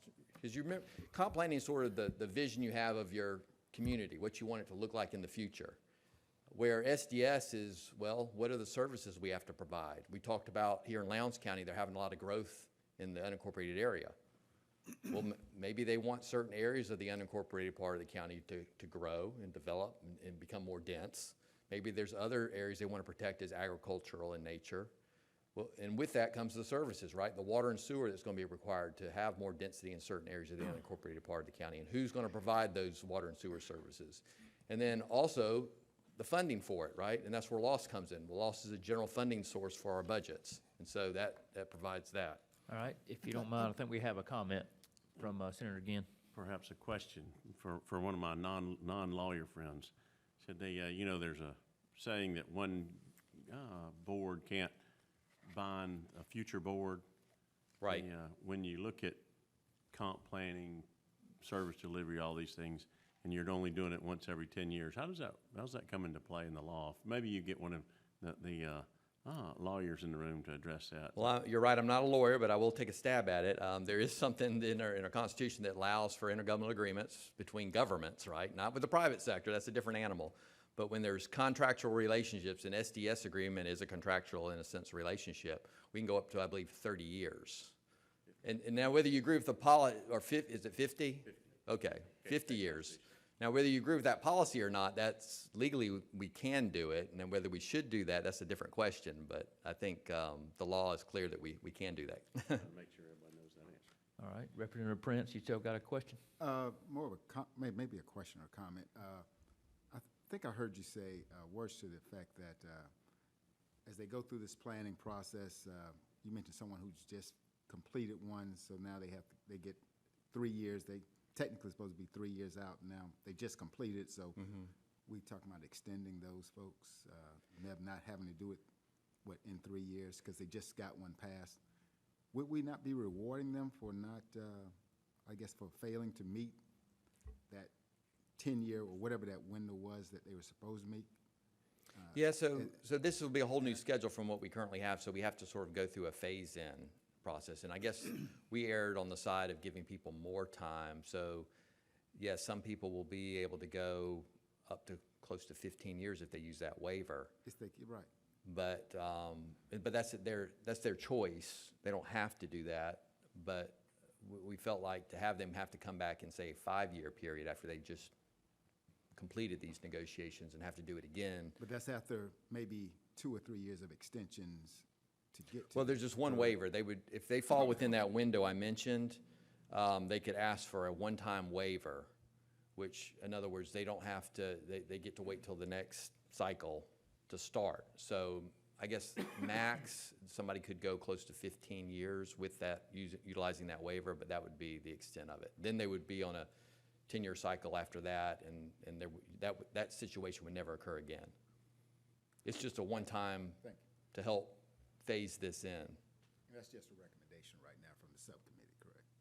Yes. Okay. Yes. All right, I believe we've got another committee member, Wesley Corbett, Chairman of Effingham County Commission. Yeah, I like the idea of the coastal regional areas, comment first, setting that schedule, with tax, the DCA and so forth. I'm a little confused on the LOST, associating it with that schedule. Right now, it centers around the census. And as a county chairman, I'd love to hear the city side of this, but I believe that census is important to that negotiation. If you have an arbitrary date that may be way off from that census, you may not have the most accurate data. Because I want to remind ourselves what the LOST was for, was to give tax relief to our constituents. And right now, we as a county have to roll ours back to the entire county. And yet, we only get maybe a population portion of that, because we can't go through the other 8 criteria with any reasonable impact, seems like. So I guess my thought is it should still be around the census. And I'd like for the committee to look at, since the counties have to roll theirs back and the cities get the benefit of that loss rollback and reduction in taxes, maybe looking at the fallback position that could be there of a weighted average loss, but I don't see the connection of loss to service delivery, because service delivery is about service and how you fund it. Loss is specifically designed by the legislature, I believe, to give a reduction to our constituents within the counties for the taxing of the countywide services. It is to give a reduction of the taxes, but at the end of the day, it goes into their general funds and funds any of the services that we're talking about in SDS. So it's real dollars in their budget to fund all those services. Going back to the reason. Countywide services, all right? Well, yes. Well, you know, they can do transfers out of their general fund to other funds. But yes, it starts in the general fund. All that money goes into the countywide general fund. But going back to when the loss was originally created, it was a population-based formula. So I think that's why they tied it to the census, because it had to be done using the census numbers. Of course, the courts threw all of that out. And although in the 8 criteria, and I know this is not a session on loss, but in the 8 criteria, it mentions population as one of many criteria you can consider. But even when you think about population, they don't just talk about the census population in their negotiation. They talk about daytime population, nighttime population, what's the population of the people served, because some services is a county-wide population you're serving. Some it's just a limited sub-geographic area of the county. So we don't think there's quite the tie like there used to be under when there was a formula. And quite frankly, some of the estimates that your regional commissions do every year could be more accurate than what the census has put out. I know we hear a lot of complaints about some of the numbers that the census put out and how accurate those are. And some people may feel like that if you're going to use actual nighttime population, that maybe your regional commission updates the numbers every year, that's more accurate. So we feel like they can certainly tie it back to the census population if they want, if that's one of the statistics they want to use, but they're not required to do that in law anymore. So we think untying loss from the actual census makes sense and tying it more to the SDS negotiation timeframe. Yeah, I just wanted to caution the committee as y'all looking at that since we're rolling it back to our counties, countywide, I think it could be a disadvantage to the county in looking at all those other 8 criterion when we got to roll ours back to everyone.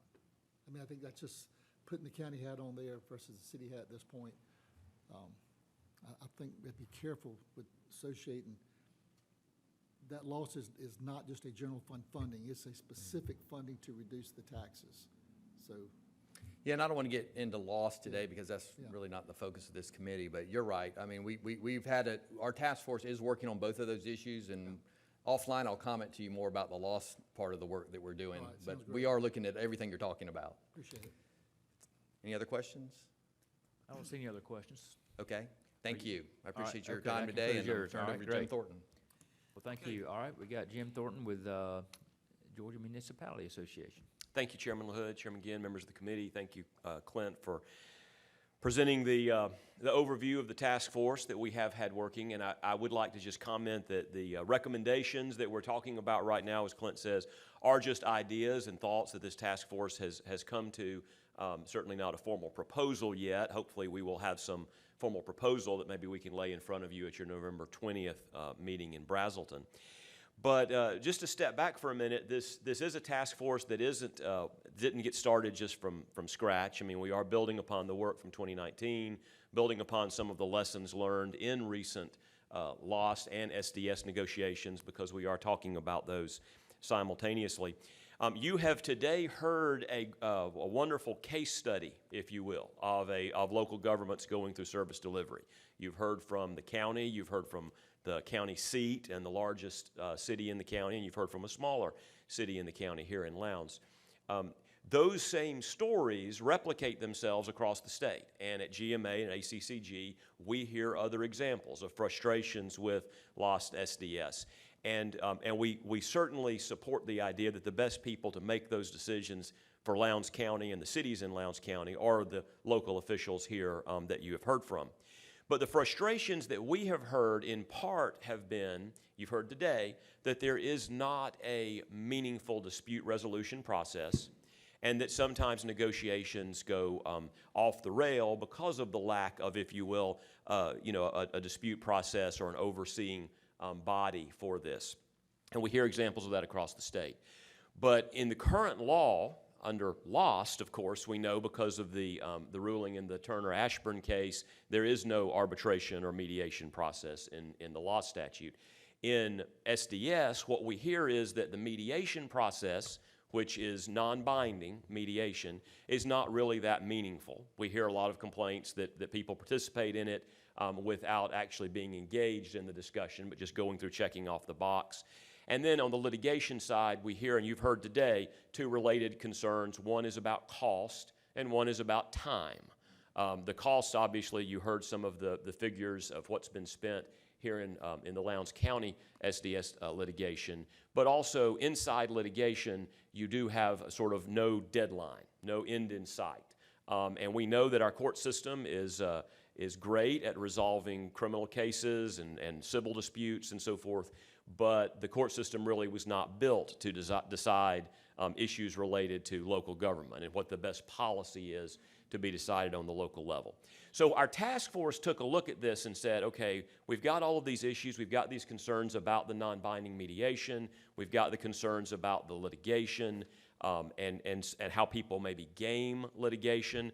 Some think they can outlast the other if they go into litigation, and some have deeper pockets, as we've discussed today, across the state. Each one of those circumstances is going to vary from county to county.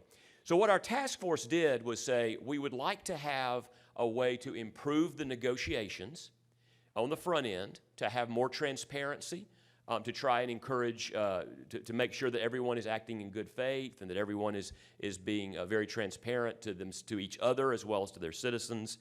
And then also that there be a meaningful dispute resolution process, that people be held to a standard of reasonableness, which we all know in the law is hard to do, but we want people to act reasonably, we want them to act in good faith, and we think that's something, as a task force, felt like that was something they should encourage. So some of the ideas that the task force has come forward with are that there should be written public exchanges in the negotiation process, that the more transparency that can be brought to light should be encouraged, that the city and county officials should be required to be straightforward with each other about why. We saw some examples today, great work from Lowndes County, explaining why how they analyze services by percentage of population served and so forth. Those are the types of exchanges that don't always happen. Cities and counties don't always exchange those materials in writing, and we feel like that written record should be the record that ultimately a dispute resolution process reviews. So rather than incentivizing city or county officials to hide the ball and hold their best arguments in their pocket until they get in front of the judge or arbitrator, they ought to be incentivized and encouraged to bring that forward on the front end of the discussion. And that form the basis, the record on which ultimately a decision maker reviews the work that they've done. And so, with that in mind, what the task force did was say, okay, well, we have a lot of cities and counties, because this is a joint GMA-ACCG task force, we have a lot that are frustrated with the lack of a binding dispute resolution process other than litigation, which is costly and time-consuming. So is there a hybrid model? Is there something that we could do that would not throw this to a superior court judge who may not have ever had any experience serving in local government and therefore it's all new to him or her, rather than throwing these issues to a superior court judge to decide, is there a better dispute resolution process, and can we make it meaningful? Can we make it, if not binding, can we incentivize it? And so through the work of this task force, our mayors and county commission chairs who've been on this task force, they have gone back and forth, as well as the staff. And what they have come up with is probably not the final solution. As Clint said, this hasn't been adopted. This isn't a formal recommendation. But it is something that at least has tried to take into account all of these various competing concerns. And so what our task force has come to on dispute resolution is to require that cities and counties up front make public disclosures, exchange information with each other, that form a written record on which a final dispute panel would review. If Clint mentioned the time frame of this, the 1 year, the 1 calendar year to do SDS and LOST, if the cities and counties come together and they have not reached an agreement within 60 days of starting that negotiation process, And 60 days is arbitrary, obviously, but we're trying to put this on a time frame that moves the ball down the field as opposed to just letting it go on for 6, 7, 8 years. If they haven't within 60 days come to a final resolution that the required signatories have signed, and I would point out it doesn't require unanimous consent. The SDS statute requires the county seat, any city over 9,000 population, and then at least half of the remaining cities that are over 500 population.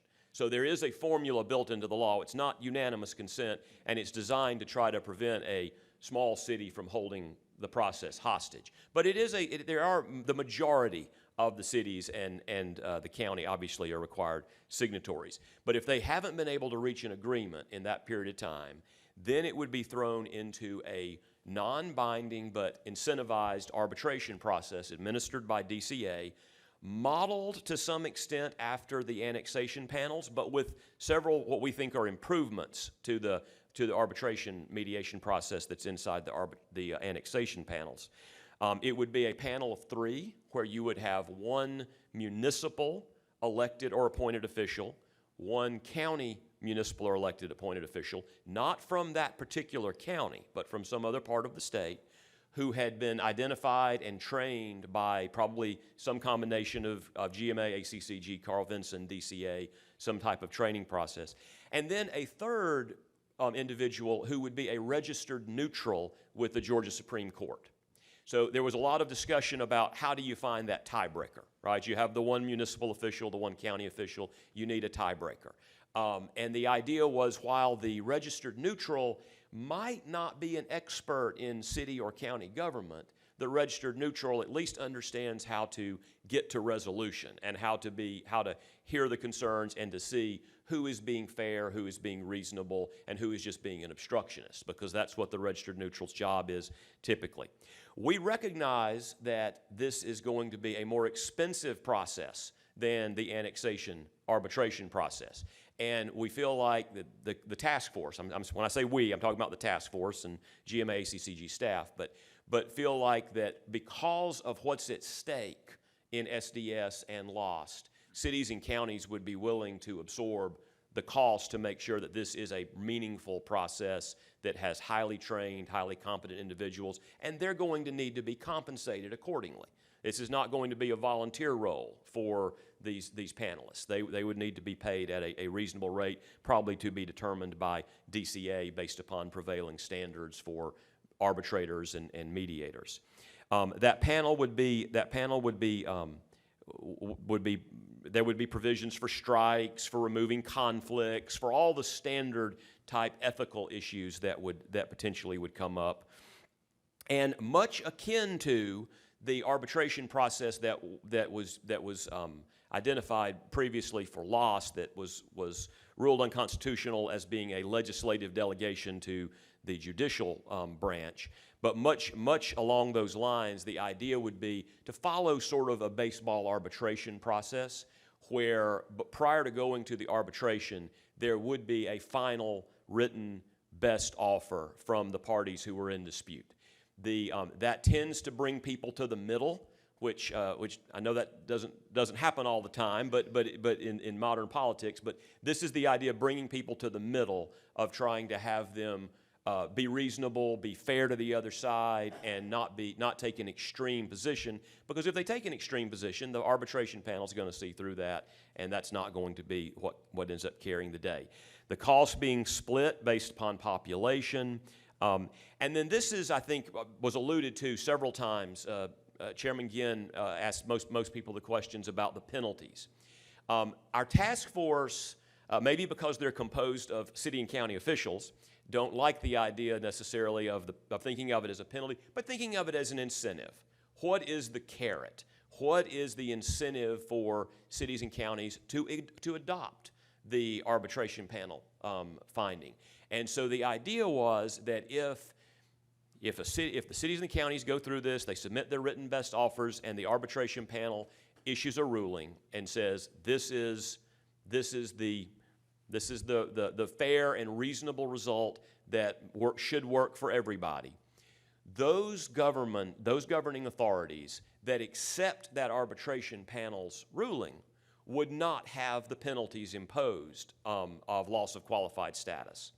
And those that do not accept it would have those imposed. Now, they would still have recourse to litigation, but they would still have recourse to other avenues of redress, but they would have penalties imposed during that process. We think that is an incentive for everybody to accept the arbitration panel, but it doesn't become binding. So we think this will be tested, I'm sure, if this became law. But we think that it would not be an unconstitutional delegation because it would not be binding necessarily, but it would be heavily incentivized, and hopefully most people would see the wisdom of following the particular ruling from the arbitration panel.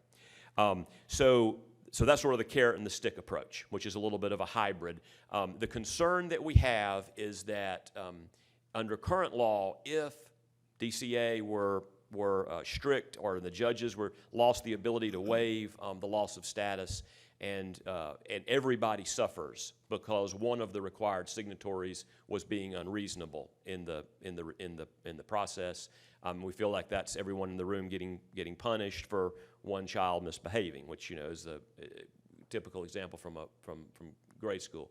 So we feel like this is a way for those who are being reasonable, being fair, trying to work in good faith, to be rewarded for that, and those who are not would potentially have the loss of qualified status. So again, that's the model. I would, and I know Clint, I'm going to ask Clint if he would like to come back with me, but we would love to hear feedback from the committee in terms of, is this a direction that you would like for us to continue? I will tell you that our next task force meeting is going to be on November the 6th, when we're going to bring those three city officials, 3 county officials back together to try to flesh this out. And so if there is any feedback you would like for me to take back, I'll be glad to do so.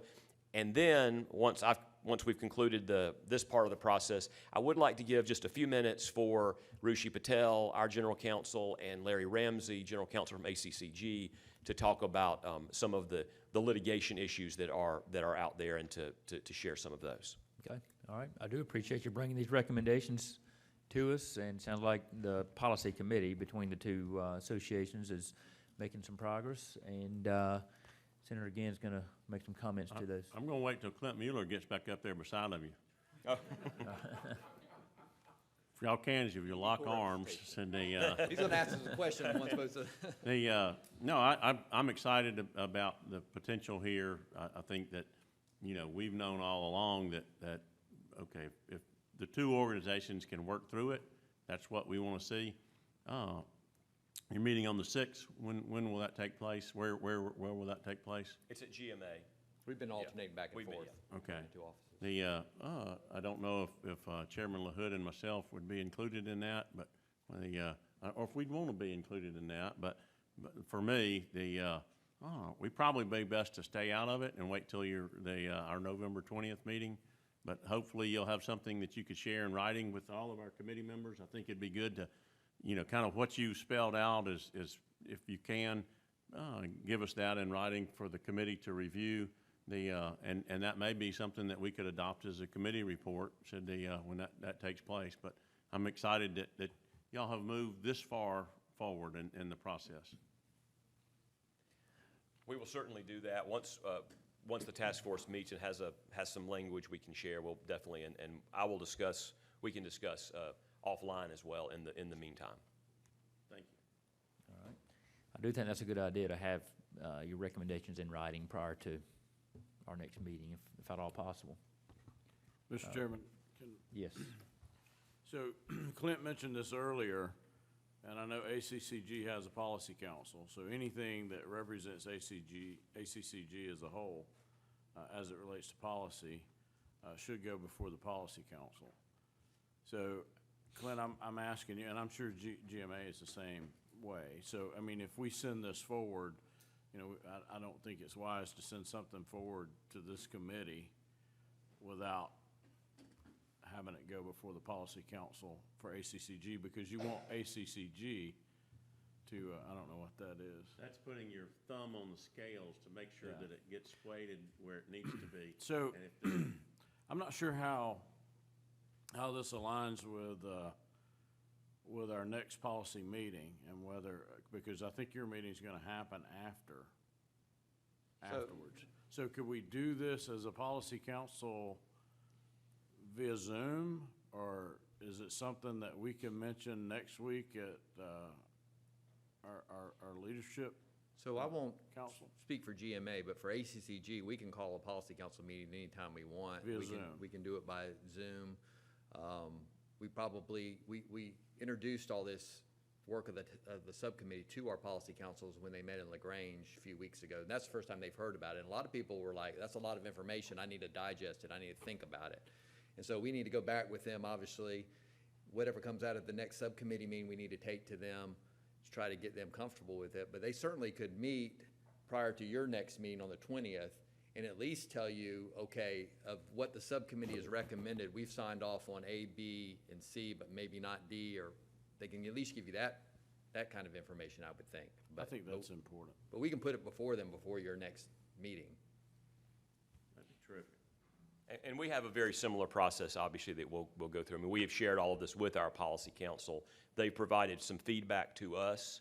The policy council did. That's the reason we're having the November 6th meeting, is to see if there's some adjustments. I mean, I think in general, they like it, but there's always, details to work through. And so I think we've taken that feedback to our task force, and we'll work on that, and simultaneously would be delighted to hear from the chairman, but as well as anyone else on the committee, if y'all have specific suggestions you'd like for us to consider and take back. And I'm actually going to be joining you in Jekyll, talking about these issues at Jim- Clint's Jim, invitation. share with your At Clint's invitation. So I look forward to being with the county commissioners in a couple Jim, of weeks. share with your GMA friends, this is all about compromise. That's right. Just one thought on the 60 days to come to an agreement. That seems awful quick for all the analysis that usually is done by both parties. Would there probably be an agreed-upon extension for another 60 days if they needed to? 120 makes more sense as far as if you're trying to keep all the legal out of it, let the councils and the commissions get together and discuss and get their analysis and go over it and provide the documents you said publicly. I think that's a great point, and we actually spent some time looking on a timeline, and we were trying to mark out how long is this process going to take, and we were trying to keep SDS and LOST both to 6 months, thinking that some cities and counties might not want to run them simultaneously. They might want to do one for 6 months and then do 6 months on the other, right? And so that's kind of why that got truncated, but I think you make a good point. That may be too tight, and so we'll take that back and see if there can become an adjustment. It just might mean that if we tried to stick to the calendar year, that some cities and counties would have to be having both simultaneously, or there would be a little bit more overlap, so. And I might suggest you might have less time necessary for the three-panel arbitration since they're trained, since you've already recommended the arguments be in writing, publicly displayed. There shouldn't be a whole lot of preparation for that part of it. So that may only be We might save some time. that may only be a 30-day process. It's just imagine getting that panel scheduled, But the front end, you might need a little more time. All right. Got another comment? Yeah, so, Ms. Dukes, if you will, is she still in the room? She's right here. So I saw in your presentation on page 11, the involvement of a judge be limited, and then on page 12, that a county or city use a dispute resolution procedure. Is what these two bodies are recommending, does that fit in line with what your comments were? I think that it's a good start. I think that we still have some questions and concerns as well. I think to Chairman Corbett's comments with local option sales tax and his questions earlier, I think we share those questions, which would still be some things to be fleshed out there from the county's perspective. And even with local option sales tax, even though the law is very specific on how it should be used, not every local government in Georgia handles that the way it should. So I think that there could be a greater conversation there depending on how compliant people are with that. I think that our concern related to mediation and having that person appointed at the Supreme Court level would still be their knowledge and understanding.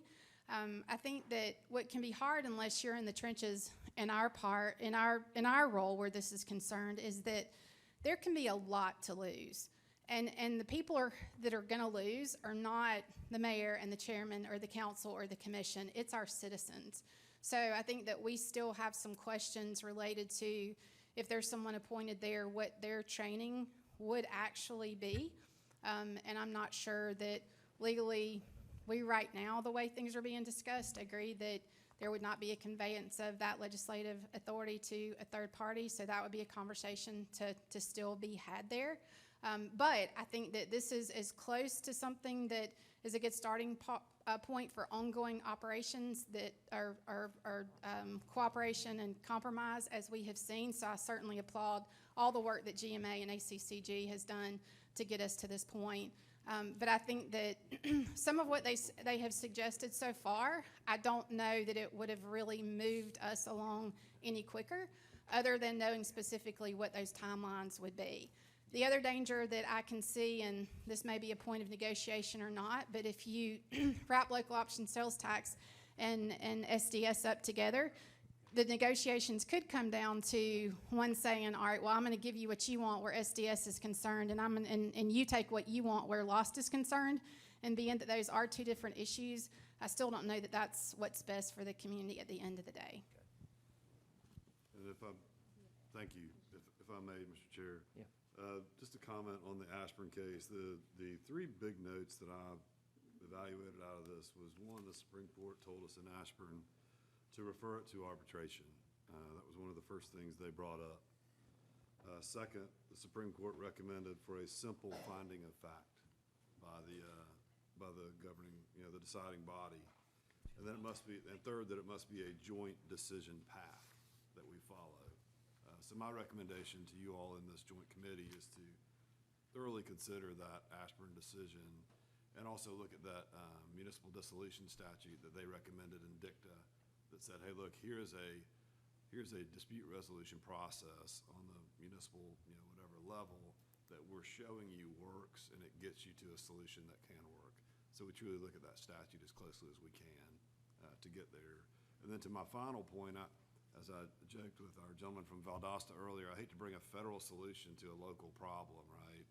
But a little bit of the law that I practice is federal law. And what's used in that is a administrative process. So in other words, when the administrative body makes a decision, that becomes a closed record. And what that does is that forces you to do all your work on the front end. So in this case, if we were to look at mediation as part of an administrative process, and at the point of mediation, if you're not going to go, then you need to make your highest and best offer and lay out all of your arguments.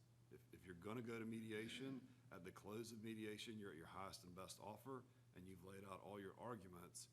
And as you mentioned, Clint, the triggers, that would be one substantial trigger that I would see that would force everyone to bring all of their case to the table at mediation.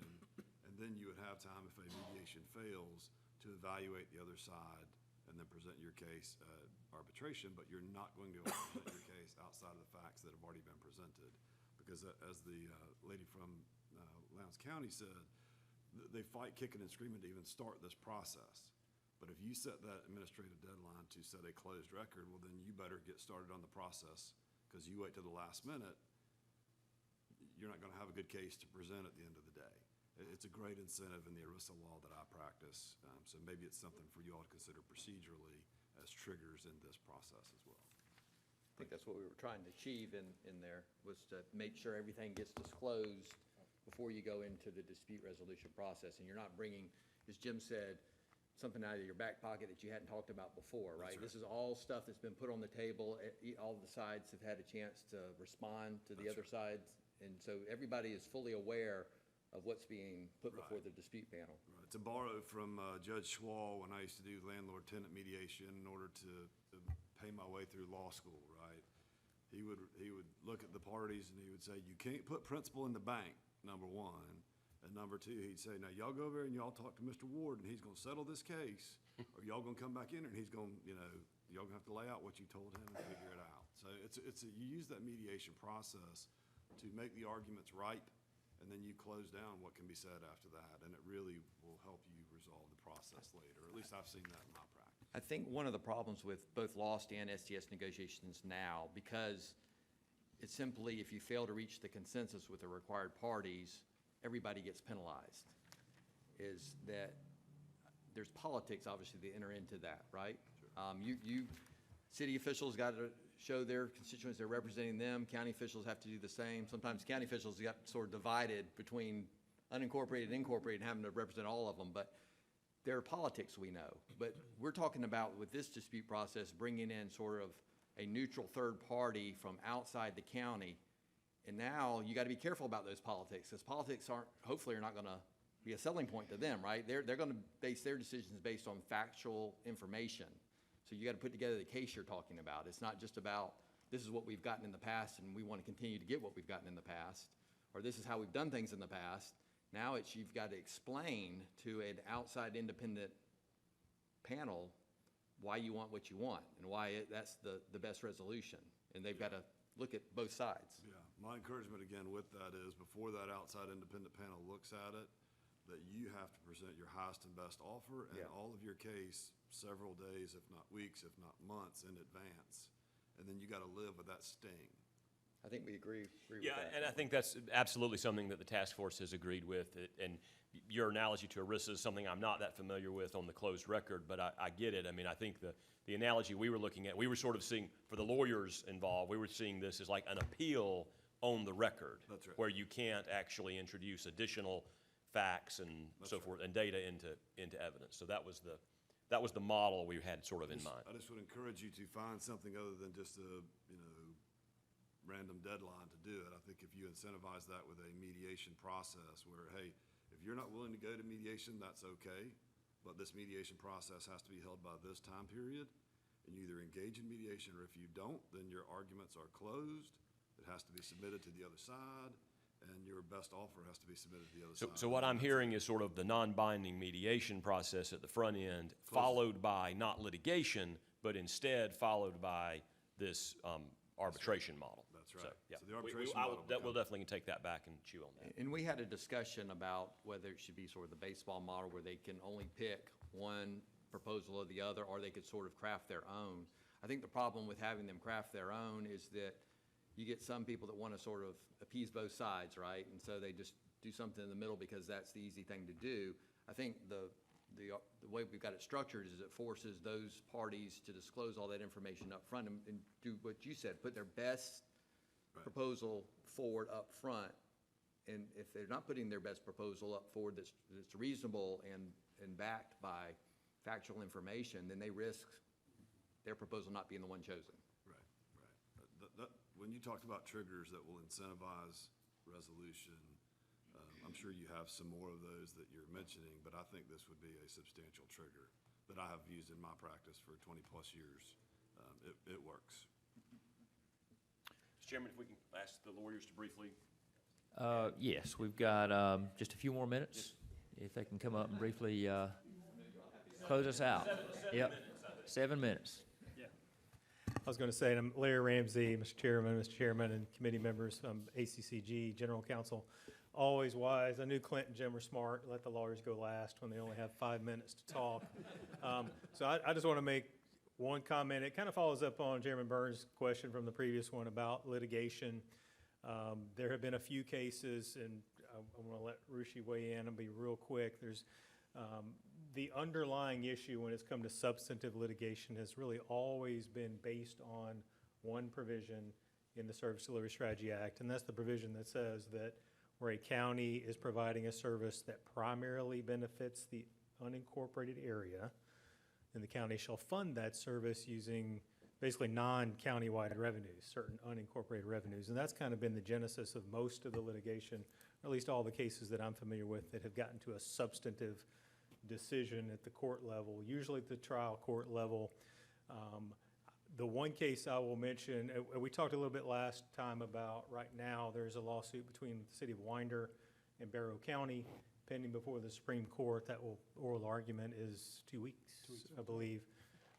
And so that same provision is an issue there, particularly with how the county's funding its roads and what revenue sources it can use. So that will be obviously a very big decision, depending on how the court rules in that. I expect, I think based on the terms of court, that decision won't come out till after the start of the year.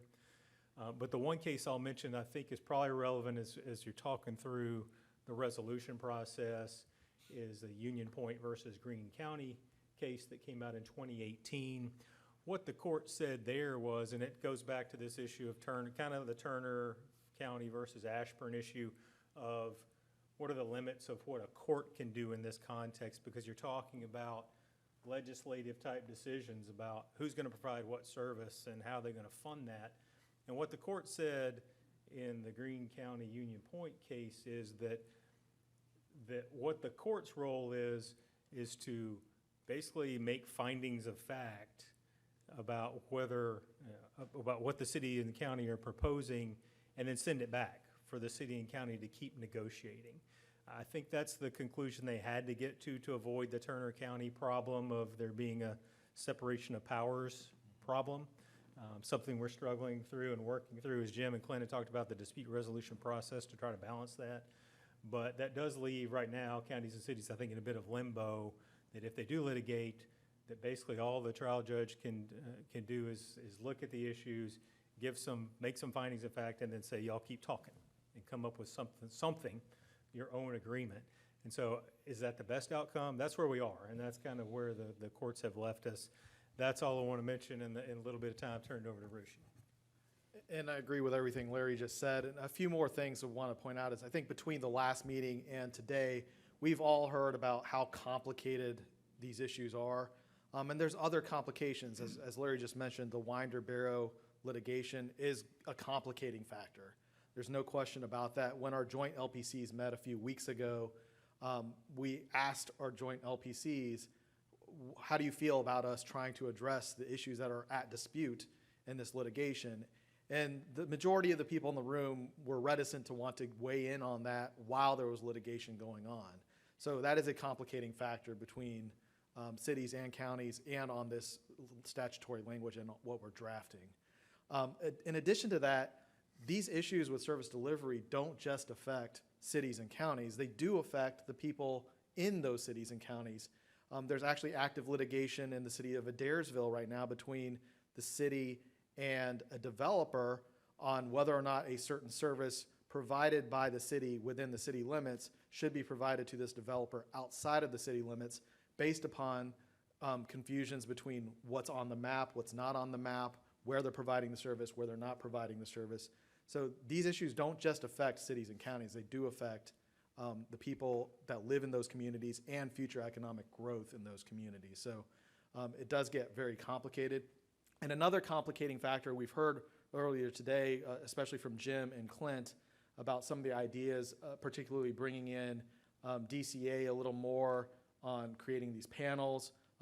And with the law side, even though this isn't a law study committee, on the law side it would involve bringing DOR a little bit more. We're going to have to talk to those folks some more. We have some involvement with the regional commissions and some of these ideas. Have to talk to them. Those are all complicating factors. And so these are all things that we're going to have to work through. And I know our time is short, but I just wanted to make sure we got those points across. All right. Well, thank you both. Do we have any closing comments from the committee? I just like the GMA and ACCG also to consider some things I haven't heard today that might help with the negotiations between county and cities. What is considered a cost of a service? I don't know if they're discussing that at all. Like in some of the counties that I work with, CCIs that we have, it's not really a service, it's a cost for services. You know, addressing what makes up the cost, the administrative side, the accounts payable, accounts receivable, all those administrative costs that many times are paid out of a general fund, and should they be distributed? But I think addressing that as a panel, when it says the total cost of a service in the statute, what's included in that cost? Looking at transfers and due tos and due froms, I hadn't heard any discussion on that yet, but when a general fund transfers money to a special service district of one county I know of $12 million, there was no interest paid on that. You know, that should be addressed, I think. I know there's footnotes by the CPAs now about transfers and due froms, but some of those are actually non-compliance with current statute, the House Bill 49. And so you might want to consider some CPAs. I'm a CPA, so I bias to that, not attorneys, but get their opinions on about opining, because this is one of the, probably the largest legislations that affects financial government, and there's no opining by any CPA whether there's any agreement, any violation, or anything. So I think constructing a type of footnote that would be there that would communicate, even if it's just communicating the issues, because that puts the public pressure. Now the public has in their audit this footnote that tells them a little bit about how the money's being spent. Does it make sense? And how the costs are determined. I think there's some things that can be done to put a proper political pressure from the constituents on us as commissioners and as mayors to get it done too. Yep. All right. Sounds like there's plenty of work to continue making progress on between now and our November 20th meeting, and then I think our recommendations are due shortly after that. I believe December 1st, if I'm not mistaken. So a lot of work to get done.